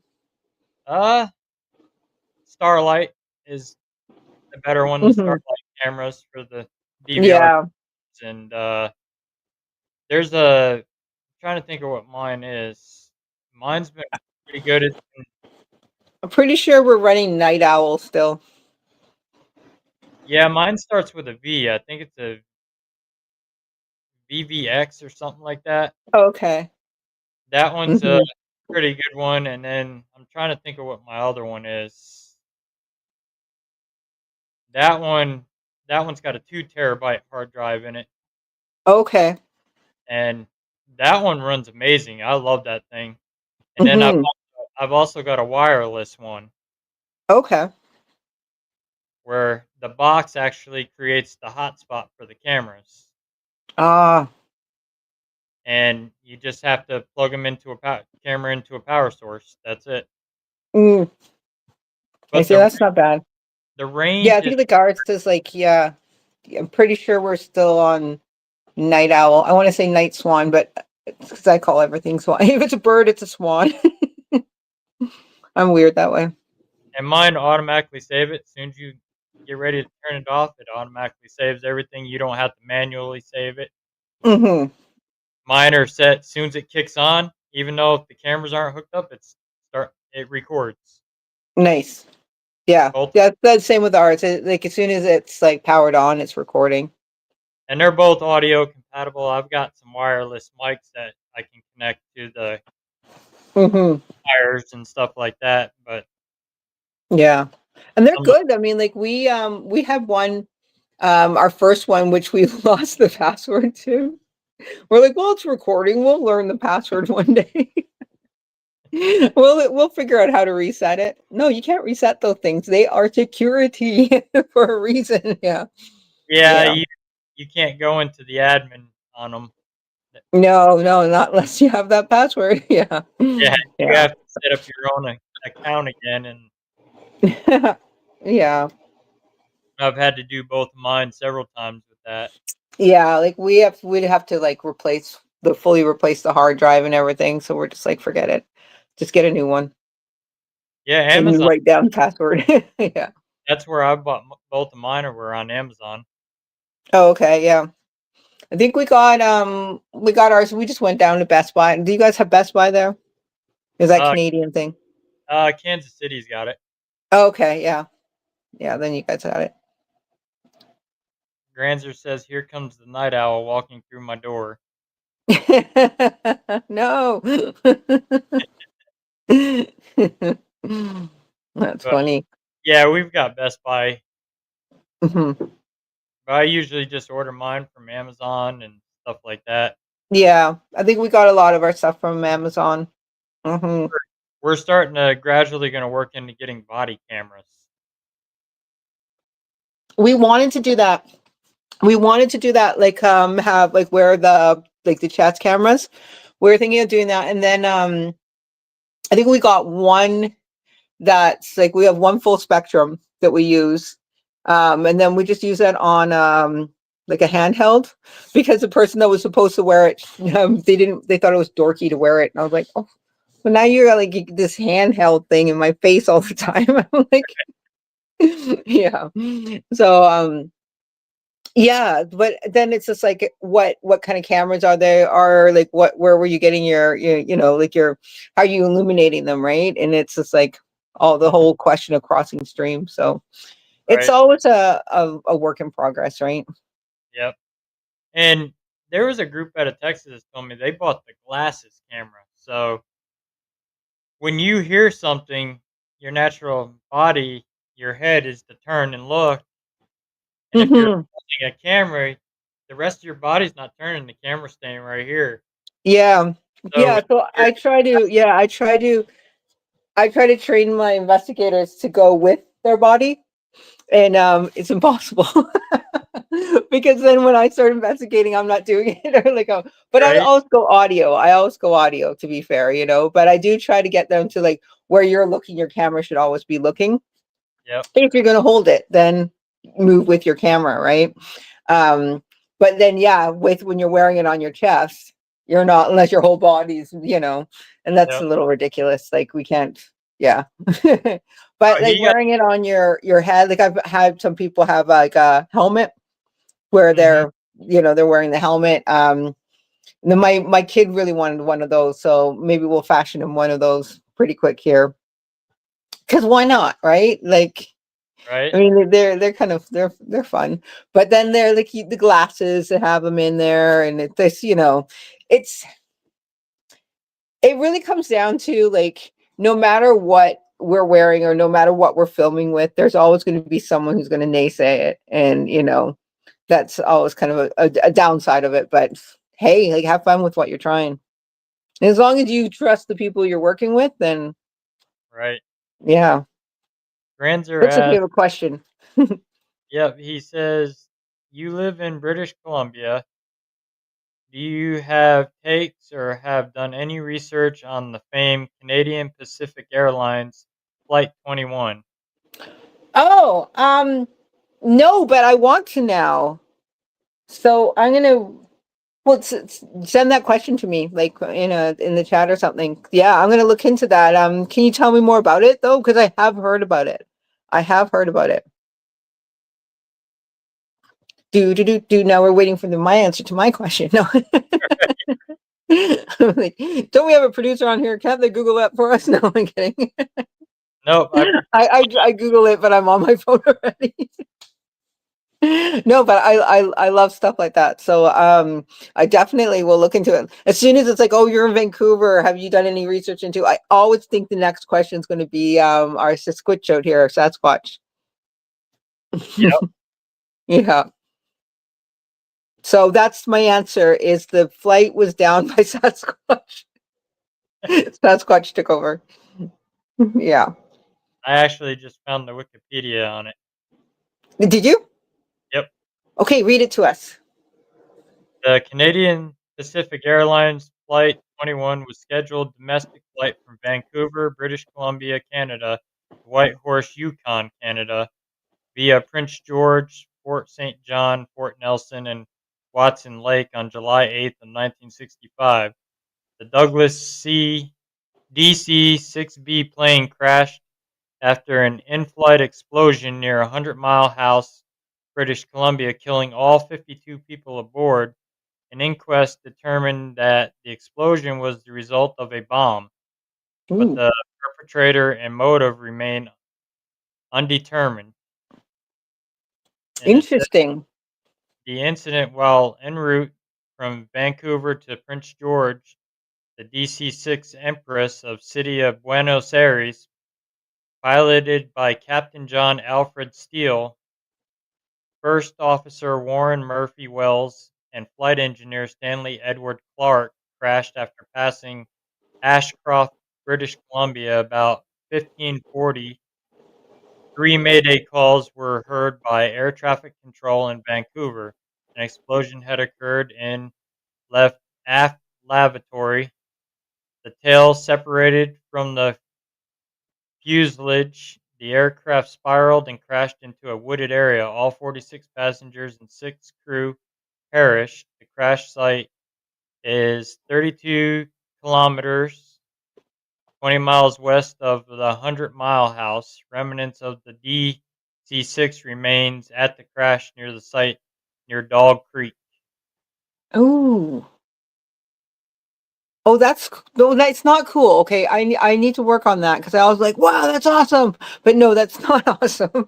These are tragic plane crashing, so that's not awesome. But like that is so intriguing. Like I want to learn more. Like and I know both places. I investigate like in that area quite a bit. Um, oh my gosh, thank you for yeah turning me on to that because I will yeah that's do we got more information now? Like, Yeah, he says Amanda and Russell Dave Scott of Spaced Out Radio has made this a personal mission of his to investigate Canadian Pacific mm, Airlines Flight 21. yeah. Dave Scott doesn't like us ghost hunters though. He talks bad about us all the time. So he only likes the UFO people, which is Right? too bad. We should all be working together. Yeah, they all tie But you know in. what? But my good friend Merle, he will be on this. I can ask Merle about it. And Yeah, Merle is probably the only paranormal investigator, or like well, he does everything. Merle does everything. So yeah, we should do an episode just on this. We should get Merle involved in everything. yeah, we can do that. Yeah. I mean, I could reach out to Dave Scott, but he didn't like me because I'm a ghost hunter and I'm female. So He probably wouldn't like me then either because I'm a ghost hunter. yeah. Like I'm not helping those damn ghost hunters. Right? Granzer says, I believe that area where Canadian Pacific Airlines Flight 21 crashed is difficult to reach. It is said that in that area it's considered to have strong paranormal activity. Mhm. It really does. It really does. He says either Sasquatch or spirits or even both. Yeah. Well, it's there's a lot of legends up in that area that are like really kind of coming to life right now, let's say. It's like the land itself is alive up there. Like it's we got transformer spirits, we got mountain spirits, we have like everything, and it's thick. It's thick.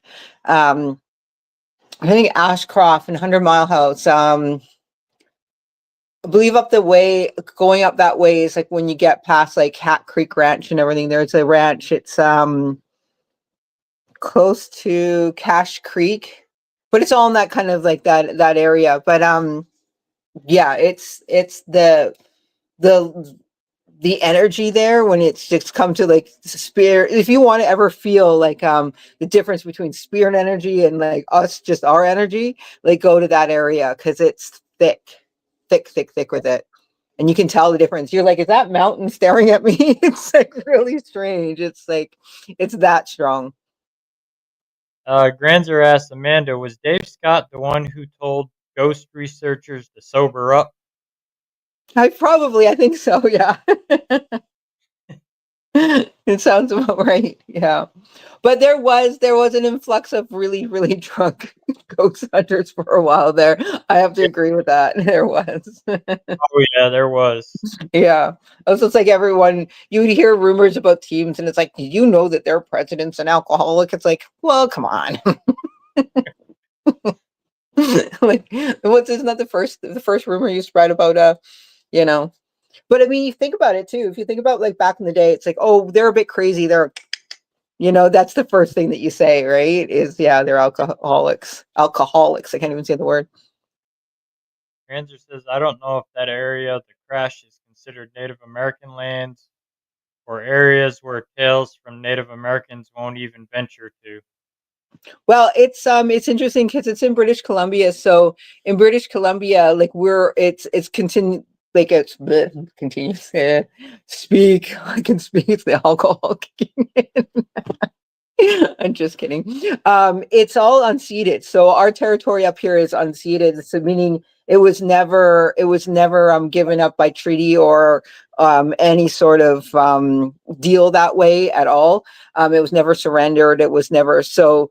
All land up here is still it's still First Nations land, and it's a lot of it is sacred lands, and that's why we get into so many of the disputes because this is unceded territory.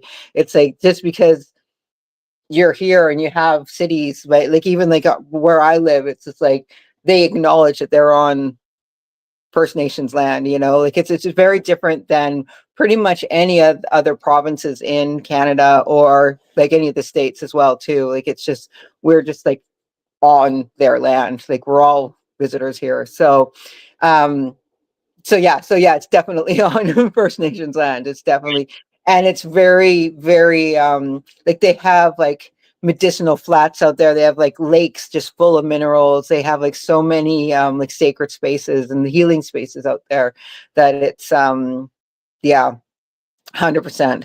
And yeah, there's a lot of healing going on with the people too. So it's like people getting back to their sacred places or understanding like the medicines that they have there to heal.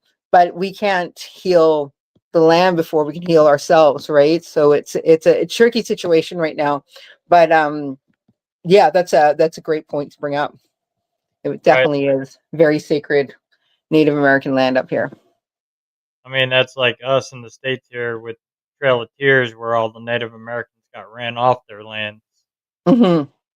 And we've been down by the Trail of Tears in Oklahoma, and you can see they've got signs on there from the government that Hmm. no Native Americans are allowed to step foot on this land. Yeah, it's pretty. We even have there. Yeah, I mean it's everywhere, right? Like if you really look for it, which is unfortunate. But there was a TV program, and I'll name it. I don't care. But there was a TV program with a girl who pretended to be Native American on the show, and she actually brought up the Trail of Tears. It was a paranormal show. It was three paranormal investigators. One of them was that Mo Sargi. Oh, most Yeah. certainly, yeah. Yeah, yeah, yeah, yeah. So he took on like a pretendian, we call them. So basically someone who is not of indigenous background. And she played an Indian, let's say. And she was talking about the Trail of Tears and how it hurts her so badly because, she was part of it, right? And she's like, I just can't imagine how bad it hurt my family to have to watch their family walk off. And I'm like, but you're Native American. Why wouldn't your family walk with them? Yeah, I was just like, ooh, like big miss. You made a mistake in that one. It's like, wait a second. Oh, so you were persecuted. You were the one family that got away. Like, you can Right. stay. Yeah, I was just like, shame on you, Mo Sargi. Shame on you. But Yeah, yeah, I I don't think it's trust. called Repossessed. It was a horrible show. I can say that because I was on it. It was horrible. But the whole time I was on it, you can see me like, because it's just, yeah, it's bad. Don't watch it. Okay. Or watch it and laugh.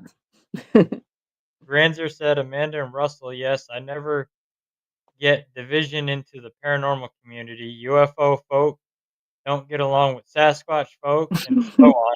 And then you got weirdos like me that likes it all, but only takes so much. Yeah. Yeah. It's so true. And he says Yeah. everything moderation, or I get burned out quick. Yeah. It's true. I do ghost tours here in New Westminster. And my one of my last stories is about an EVP that I got at said hotel bar place. But I was in the room and I got an EVP of a name, a female name, and um one of the other teams in town. I was friends with the president at the time, who was not an alcoholic, but his replacement, they said that she was, but she's not either. It's just things that people say. Anyway, focus, Amanda. Yes. So EVP, we got an EVP of a woman's name. So I got a hold of the other team, and he got an EVP of the woman's name. We switched files. It was the same room, the same name, and it was the same voice on two different types of recorders, which I know that there's some investigators out there, so you know how important that is. Two different kind of recorders, same voice, same name. It was 3 months in between. And I said, you know how unbelievably rare that is. Because how many times you get two teams that are going to work together, you know? And that is right there, that's a problem because yeah. But it's funny because I say that joke and I'm like, and it's so rare to get that because paranormal teams don't play well together. And All it's right. like these people who are just into ghosts, they all laugh because they know it's true. And Yeah. I'm like, that's how we're represented out there. We're kooks. We're all kooks. Yep. Granzer said they were part of a tribe that were considered wealthy, so they could stay. Oh, there we go. There. Yeah. And they can stay. Yeah. Yeah, I'm not much into MOSRG and a few of those other ones. I Well, you know what really bothered me is during the filming of that is I kept on getting these calls and I was like saying, so what wait, why do we not like that again? And I was like, what do you mean why do we not like that? And I get frustrated, but we don't like that because blah blah blah blah blah blah blah. And then when watching the show, all her opinions on Native American stuff were like cut and paste from what I'd said. And that's because I didn't know when I was filming that she wasn't Native American. She always wore the braids and she has darker skin. And then she's like, well, not really. I'm like, I'm Polynesian. And I think it was like, I don't know what nation she's from, but it was like from the Middle East somewhere. And I was Mhm. just like, that's not Native American at all. I was like, that is not at all. And like, yeah, you're selling yourself as that. Not cool. Not cool. You know who you are if you ever see this. Not cool. But yeah. Granzer asked Amanda, "Do you believe we are in the golden age of ghost research, or has it passed, or have we yet to live in that era?" I think that we are definitely in an age. Whether it's the golden age, I don't know, and I don't know if we'll ever know. It's like I definitely think that we're getting there, and I think that there's so much that we need to learn still, to be honest. I think that if we can like pass this down, like next generation stuff, it's like the young kids what they're coming up with, and like how they're kind of throwing our old dated ideas out the window and coming in and doing this properly, is kind of cool to see. And it's like they're so cognizant of things on a different level than we are. And it's like, whether or not that's woke or whatever, like they're just like, they don't give a shit about their shit. They don't give a shit about their egos. And it's like, and the ones that do are so like, okay, whatever, next. The actual investigators and the actual researchers that I'm meeting that are like in their 20s and 30s are blowing me away right now. And if we can maybe like stick around long enough to to see what they're doing, I think that will be really telling. But I do think like why they say all ghosts are in Victorian dress and stuff. I think because there was such a surge of that kind of like spirituality and spiritualism back then, that's why we're seeing it now. And like now, 100 years from now, they're going to see me walking up and down the street talking to no one, or we're going to see like groups of people hanging out in old random places with hoodies on, and like I think that we're going to leave an imprint on what we're doing here for sure. Yeah, if And then that makes sense. you had another question, Amanda, of the technology that is out there, which tech to you should be the biggest upgrade? um if we can figure out what made the DR60 the DR60, I would like to see that.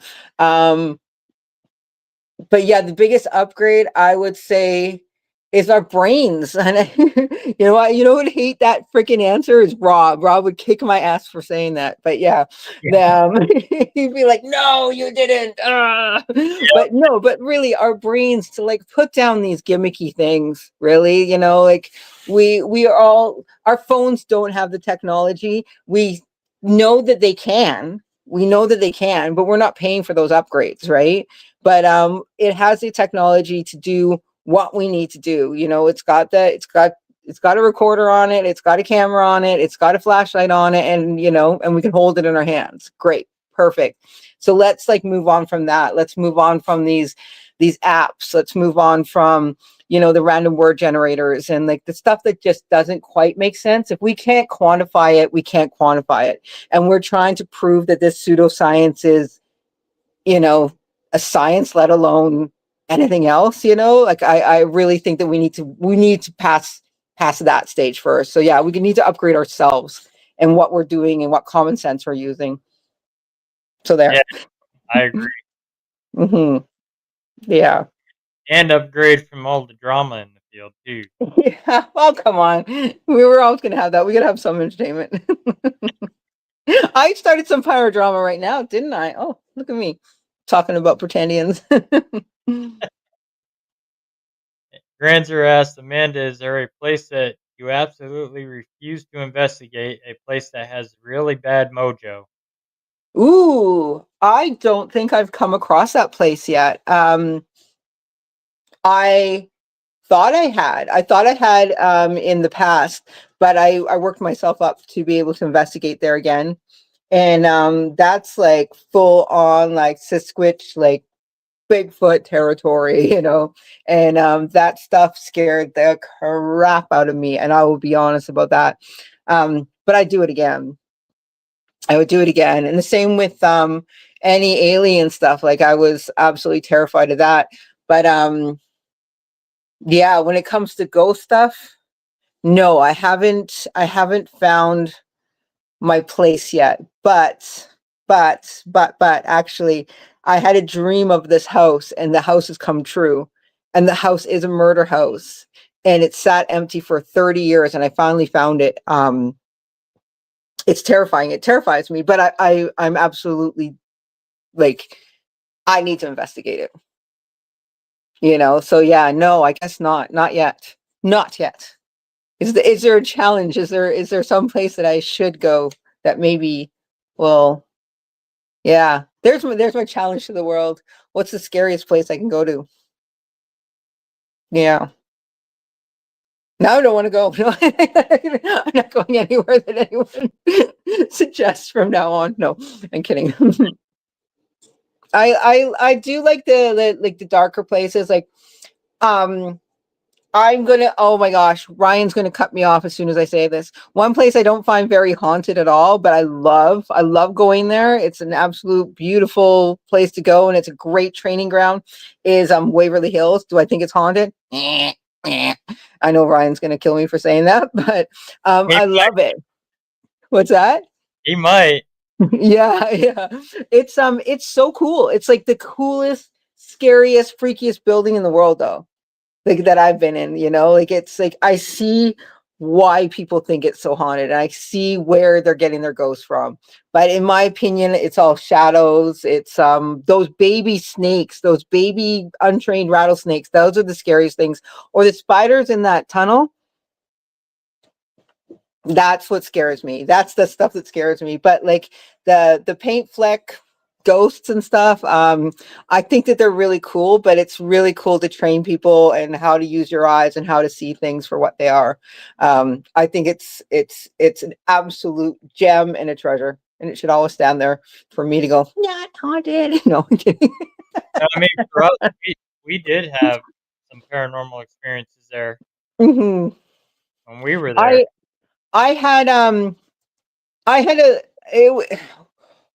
well, you were you were up there like what, a couple weeks before me, and it's like we were there in the middle of like a heat wave where it was Yeah, like 3 o'clock in the morning and it still hadn't cooled down, and I had one of the coolest experiences of my life, and that was just like it was like 3 o'clock in the morning, like 3:30, and I'm on top of this building alone. Well, not alone. I was with Rob. It was just me and Rob, but it was like one of the first times, especially on a big, huge investigation, that I'd been alone with Rob in like forever. And I remember just I've always wanted to be on the top of that building. And there I was with like the love of my life, just like it was just one of those moments. And there's fireflies. I'd never seen fireflies in my life before, ever, ever. So I was just like, think of a dream. So probably not what most people like. This is the most romantic dream ever. Like everyone else is like crying and hiding in the corners. And I'm like, I love it here. right. You bring me to all the most romantic places. Yeah. So And that's my story. I could just see the look on Rob's face too. Yeah, yeah. Well, the thing is like, and which I understand more and more, but the thing is that I understood about him is he didn't used to like he didn't get to investigate. Like every time we would go somewhere, if he was ever, and I don't want to go on about Rob at all, but like he was always working. He was always having to do a bit. He was always, it wasn't like what it probably was for him when he was 20. Right. So it's like to have those rare moments where it's like you can just be you. It's Yeah. like, it's like and not be on. I thought that was really cool. He Granzer had another question. Amanda, your take on when some ghost researchers call out more popular ghost researchers on their work and maybe point out some insecurities or fakeness. Mm. I think it's like it's part of like what we do. It's like in our weird like human nature to, I don't know if it's like a one-uppery or what, but it's kind of stinky. It's kind of stinky that people do that. And I guess I kind of did that tonight, but I was more doing that because of culture, not of you Right. know, but I think if you have something to say and you have a platform, then use it. But if you're using that platform for negativity or to call people out or call them down in that way that's actually going to harm, then people are going to see that. People are going to see that. If they're like, if you're using it to be like, hey, hey, hey, let's not buy this equipment because it's a scam, that's one thing. But if you're saying, that Zach Baggins guy, his last name's not even Baggins, and like you're just calling out someone because you're jealous of their success. I heard that Steve guy on Ghost Hunters, he doesn't really play drums. Like, what the hell are you doing? You're just jealous at that point, and people are going Yeah. to see you for what you are. So in those cases, I I hope we get over it. I hope we all get over it and understand that, like, these people are just people too. And, they got opportunities that we all would have run with. We all would have run with them, and if they're doing some harm in some way, then yeah, we should all call them out and say, hey, you know what? It's not cool to be rude. It's not cool to be cruel. It's not cool to, like, make money off of other people's work, things like that. But it's like also not cool just to be a jerk for being a jerk, right? Like, Right. I feel like I answered the question like doing cartwheels, but yeah, like it's yeah, like if someone's doing bad work and you want to correct it, then maybe get a hold of that person and say, hey, you know what? It'd be way more efficient if you tried it this way. If they're like, screw off, you're nobody, and it's an ego thing, then yeah, call them up for having an ego. My buddy Richie. You're welcome, Richie. I'm glad we got to come out. And I'll get some evidence to you so we can get your debate settled. Oh yes, the husband versus wife debate. Oh, what did I say to you? Whoever's feeding you, that's who you agree with. Yeah. Yeah. Yeah. Answer says, LOL, I was in basic training in the Army, out on guard duty at our FTX, out in the field when I first seen a firefly. It was far away, and I said, who is that with a light on? Yeah, they're what did I used to call? I used to call them something else, like Glow butts. glow butts. Yes, there we go. I was like, how many times have I talked about the glow butts? Like, they get me on a podcast. What's the first thing I can bring up? I saw a firefly once. Like, but the glow butts, they really made an impression on me. Yeah, Yeah. because Brandon Cooper made the hashtag glow butt now. Yes, yes, glow butts. Yeah. I was like, I'm pretty sure it's you. Yeah, Answer yeah. says, Hashtag glow butts forever. That's so funny. Yeah. he says he thought it was somebody smoking a cigarette. Oh, really? Yeah, yeah. They kind of look like that. They do, because it's good. They go like, well, I'm sure you guys have all seen a glow butt before, but yeah, it's like that kind of pulsing thing that they do. And you know what I heard, and I did not do this or try it, so no hashtag bring Quill down. But I heard that if you squish them, this is horrible, and you put their glow butt on you, Yep, you will actually glow too. yep, you do. Oh my! Ooh, Ryan, you've done it. I've done it as a kid, yeah. Yeah, as a kid, that seems like something you would do as a kid. It's like, come on, Yep, salt on a slug. It's horrible, but done that too. it's human nature. We've all done these weird things. Yep, Yeah, am I keeping you over now? not That's really. okay. I was late. Haha. Granzer said yes, there a case when the Foreman brothers were at no one was supposed to be in the house, and the person debating Foreman works pointed out that there was a person up the stairs dropping the ball down the stairs. Ooh, that's kind of freaky. And Like, there are another YouTuber guys. There are three brothers that go out and do okay, showcases on for YouTube. yeah, I want to see that. Like, I'm I'm really open to seeing all these different YouTube things. I just always forget to watch them all, or get like distracted. Like, I get so stuck on one, then I'll watch them all their everythings. Or it's like one person in the YouTube, I'll be like really intrigued by a mannerism they do, and then I'm like, on that like rabbit hole. Like, I'm such a rabbit holer. I need to be like, you need to have this scheduled programming watched by this time, and not rabbit hole off of why that person has a tick. Like, because I am like so like, I just love that person so much. I'm gonna have glow bucks with them one day. Like, it's I'm so weird that way. Yeah, so Granzer also I'll try to check these brothers out. But don't blame me if I like one more than the other two. You don't know where you're sending Amanda when you send Amanda on a mission. Granzer said, Amanda, I offer my service to put a white sheet on with 2 eye holes and a rattle chain for him in a research. Boo. Boo, yes, yes. That's rattle the chains. Like whatever happened to I was gonna say whatever happened to chain rattling, but I just got my first chain rattling ghost on my tour. And it's like I was like, come on, no. No. And it's just like, yeah, they hear the rattle of chains. And I'm like, you gotta be kidding me. And but it works. Like it makes so much sense with who they think the ghost is, and the ghost would be wearing shackles. So the rattling of chains.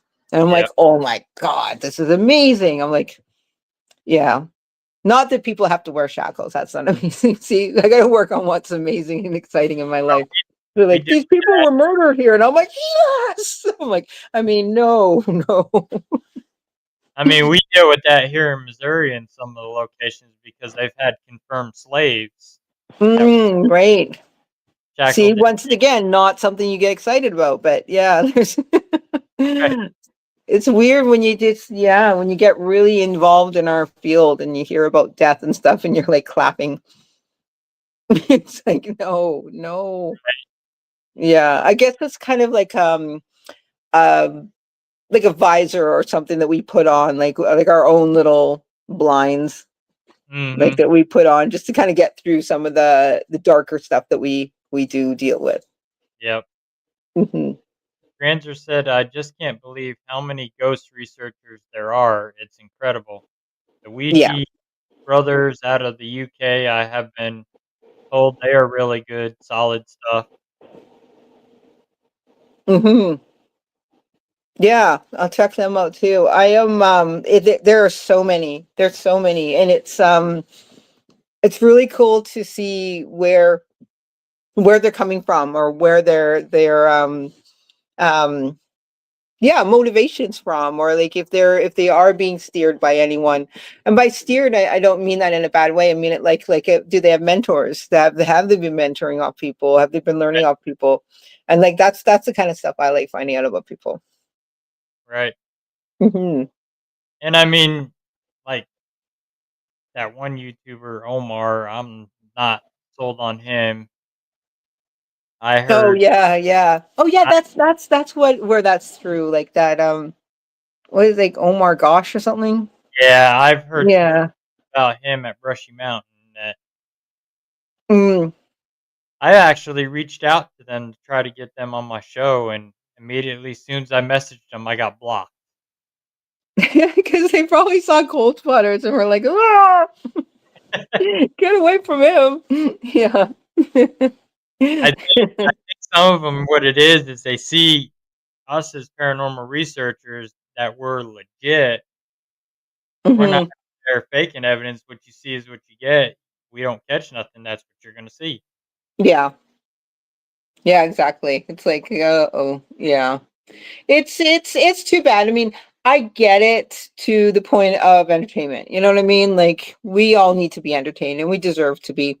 But like have a little respect when you're going into that, and if you're gonna fake stuff, fake it well, and if you're going to fake stuff, fake stuff that we can, like, we can be our little like armchair investigators and pick it apart. You're still gonna have a show. We're not gonna bring you down in any way. But don't Right, fake culture. Don't fake culture. That's lame. That's really lame. right. I mean, that's even like the one Ghost Adventures where the brick goes flying across and there's a piece of rope tied to it. Mm. And it didn't hit anyone. No, no, not that I would ever wish it to hit people, but yeah, yeah.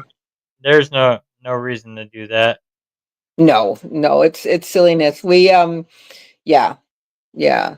We whenever we do any sort of investigating, and if we do, I mean, obviously I've done things that have been on television and stuff, but anytime that I've been on television with the with the unfortunate occurrence of one, it's always been completely legit and completely Mhm. up and up. And the one that wasn't, you can see me in like you can see me as they're recording it, as I'm being filmed, like my mouth hanging open, like what the are you doing? You can see me like absolutely not impressed to be there. And it's kind of funny because people were like commenting at the end, like my face at the end. I'm just like, get away from me, get out. Like I was screaming, get out for the ghosts, not the other way around. Like, I wasn't in that episode too much. Yeah. Yeah. Granzer had another question. Amanda, do you have a spirit that you have a connection with at a place you frequently go to? If so, what is the name of the spirit? Any history on that spirit? I do. I have I don't know the name yet. I don't know the name, but I have I'm adjusting my sitting position. I'm sitting on my bed. This is my wall of hearts behind me. But anyway, I have a little girl spirit that I work with.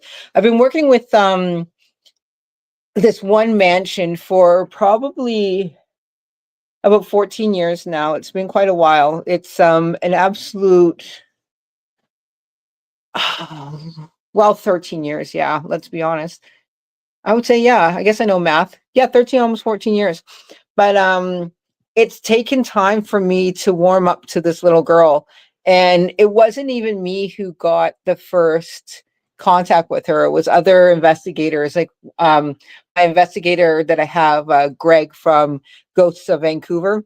He does like a lot of ghost stories and stuff around Vancouver. So if you're ever in the Vancouver area, check out ghostsofvancouver.com and Greg Mansfield. But he got an EVP of a little girl singing ABCs. Now he's singing and then he stops singing around like FG. I think he says FG, and then he stops to see if he can get the girl singing the ABPs. Clearly, I wasn't involved in the singing the AVPs, but yeah.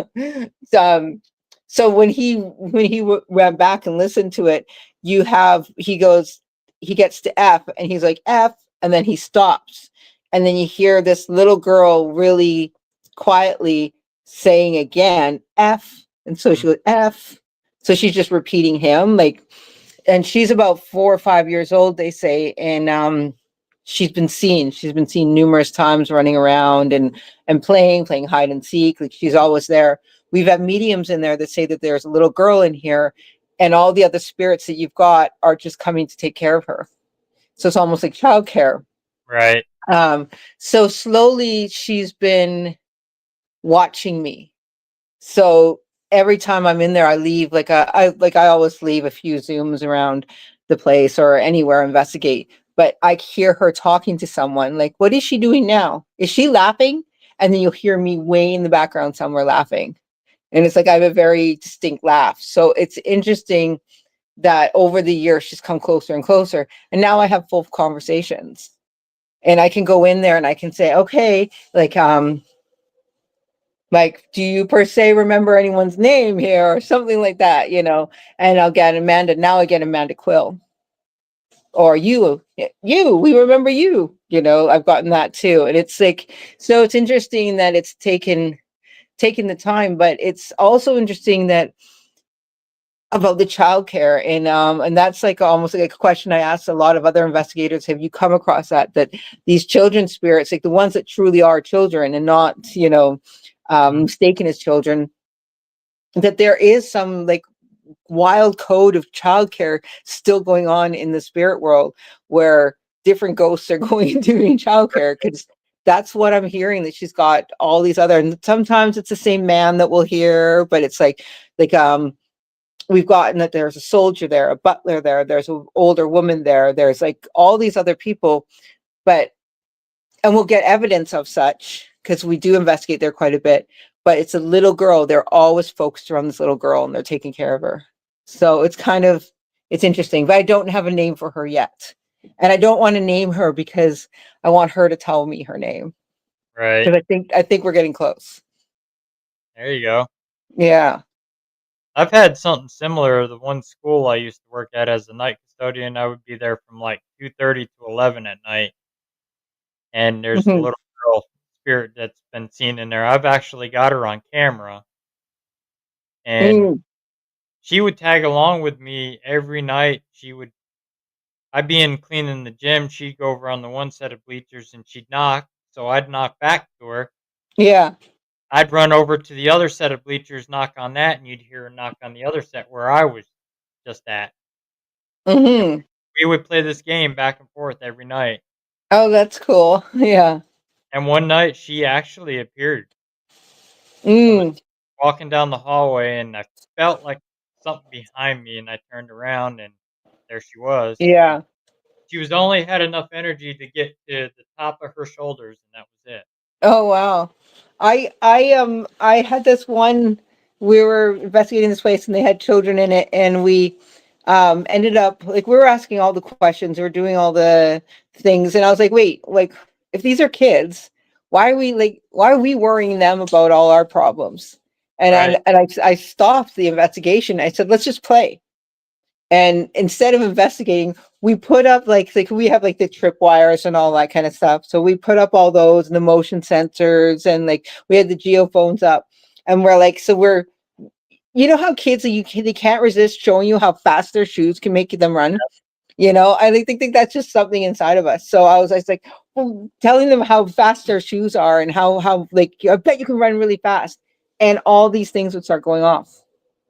And I was just like, oh my God, like, no way. And so we just got them playing, and we got them playing, and we were having races with them. And sometimes like I had like one of my investigators, Lily, I had her running, and she's running, running, running, running, like from one side of the theater to the other.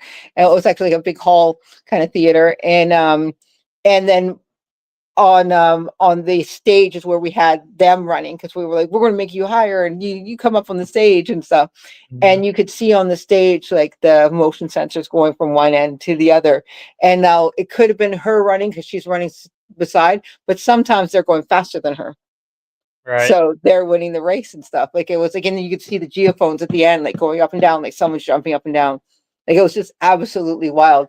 Now, when we're like, can you tell us what year it is, and in what manner did you die, and all that kind of crap, nothing.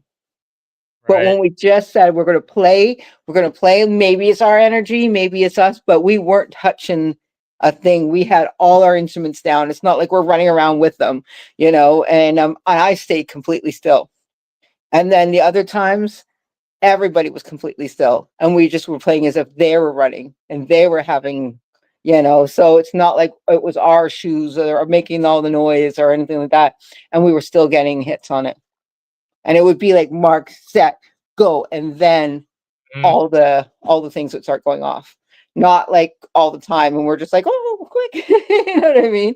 It was really cool. Yeah, Yeah.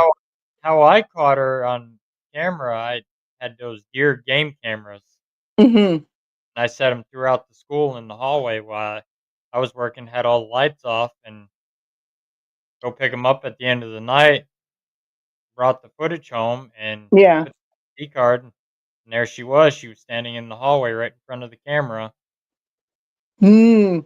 and those Wow. those are only triggered by motion. They'll only snap a picture if it picks up motion, Yeah. Yeah, and exactly. I'm the only one in the building, and I was in the maintenance area Hmm. working Yeah. while all these cameras were doing their thing, Hmm. All and right. I'm gonna have to leave you soon because I'm hungry. yeah, I need to get going as well. I gotta work in the morning. See, at least I'm honest. I always say what I feel. I'm hungry. No, I was actually, I was marinating steaks for my dinner, and not steaks. I don't eat more than one steak, but I cook more than one, and then I eat it throughout the week. You know? Yeah. Yeah, I'm hungry. So have you ever marinated like steaks and stuff in like soda pop? Never tried Oh wait, that. do you call it soda pop where you are? What do you call it? Soda Uh, Huh. Soda. We call Missouri it people. pop. Yeah, that's what Midwest call it. They call it pop. Mm, East yeah. East call it soda. Yeah. And then sometimes like they call it cola and everything's cola. Like it's Hmm. really weird. Yeah. But yeah, I usually say soda pop because I like the way it sounds. But yeah, like up in Canada, we're like all pop. We're pop. Yeah, Soda's like an actual like unflavored fizzy drink. Missouri's the same way. It's pop. Hmm. Yeah.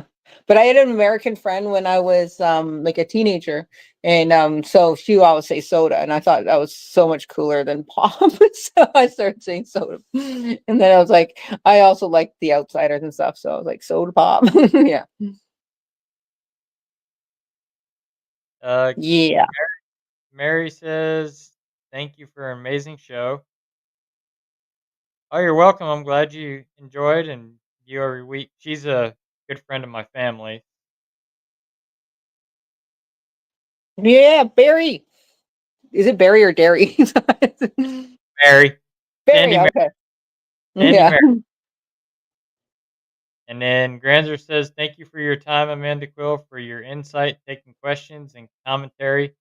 Truly an honor. Much appreciated. Stay happy, healthy, safe, and blessed." Yeah, thank you. Thank you. And thank you for turning me on to those plane crashes. I'm gonna get on that. Yeah, let me know. Keep me posted. Let me know what you find out Yeah, about. we should do it. We should do an actual show on it. Yeah, we Look at should. me. I'm like, we should do a show. Like, I'm taking over. Yeah. Yeah, we should. Anytime you're sick, just call me. I'll take over. Yeah. It won't be this coming weekend or the next coming weekend because I'll be on the road. Hmm. Yeah, I got it. Well, it's gonna get busy here pretty quick here. So yeah, but yeah, we will get it going for sure. All right. I All think right, cool. for coming on, Amanda. If people want to get a hold of you, how can they get a hold of you? Just Maniquil on Facebook, Maniquil or Cold Spotters.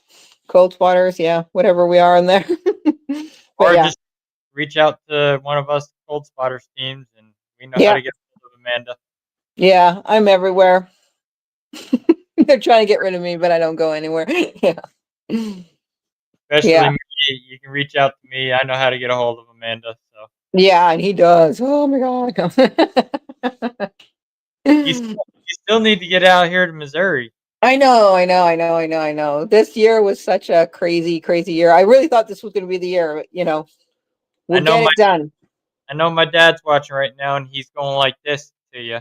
Yeah, okay, okay, okay. Yeah. I will get out there for sure. So Hmm. all Cool. right, thanks for coming on, and yeah, Thank you for having me. All we'll definitely right. do a show on that. Mm-hmm. All right. Bye, everyone. Take care. All right, everybody. I hope you had enjoyed the show. There will not be a podcast next Saturday because we will be in Caney, Kansas at the Bordertown Paracon. We are going to be guest speaking there on the panel. Um, if you're in Caney, stop in. It's free.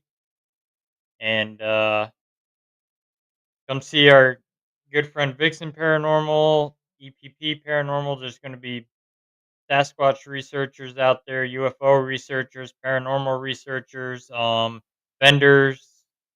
My buddy David Glidden, who's a documentary filmmaker, will be out there and podcaster.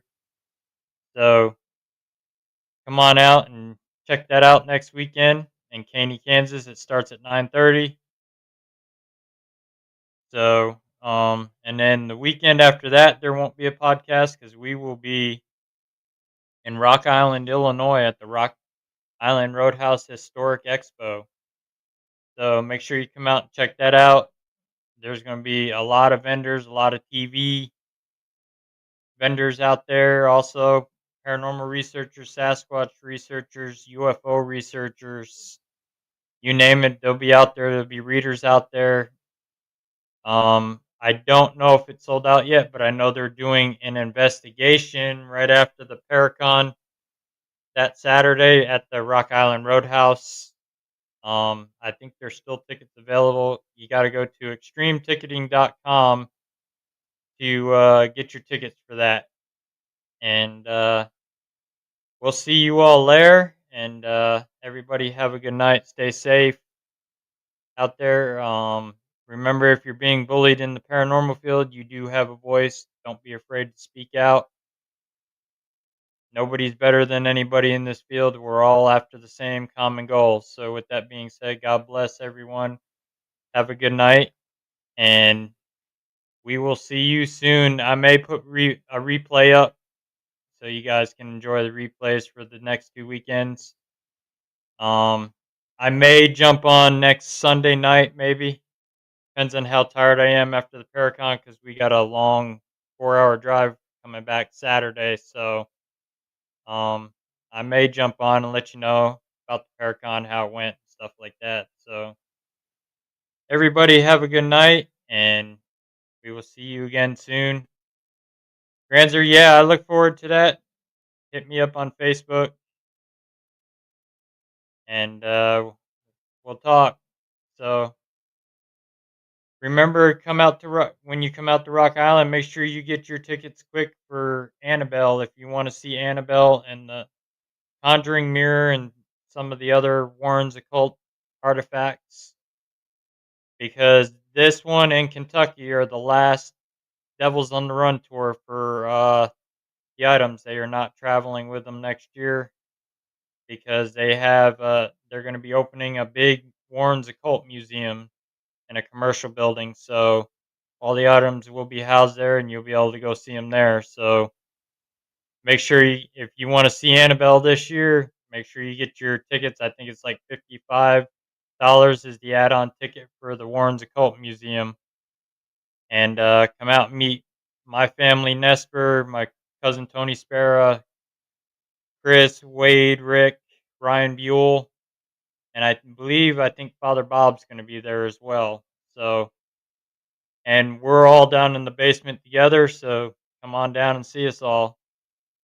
So we will see you guys again soon. Have a good night. God bless.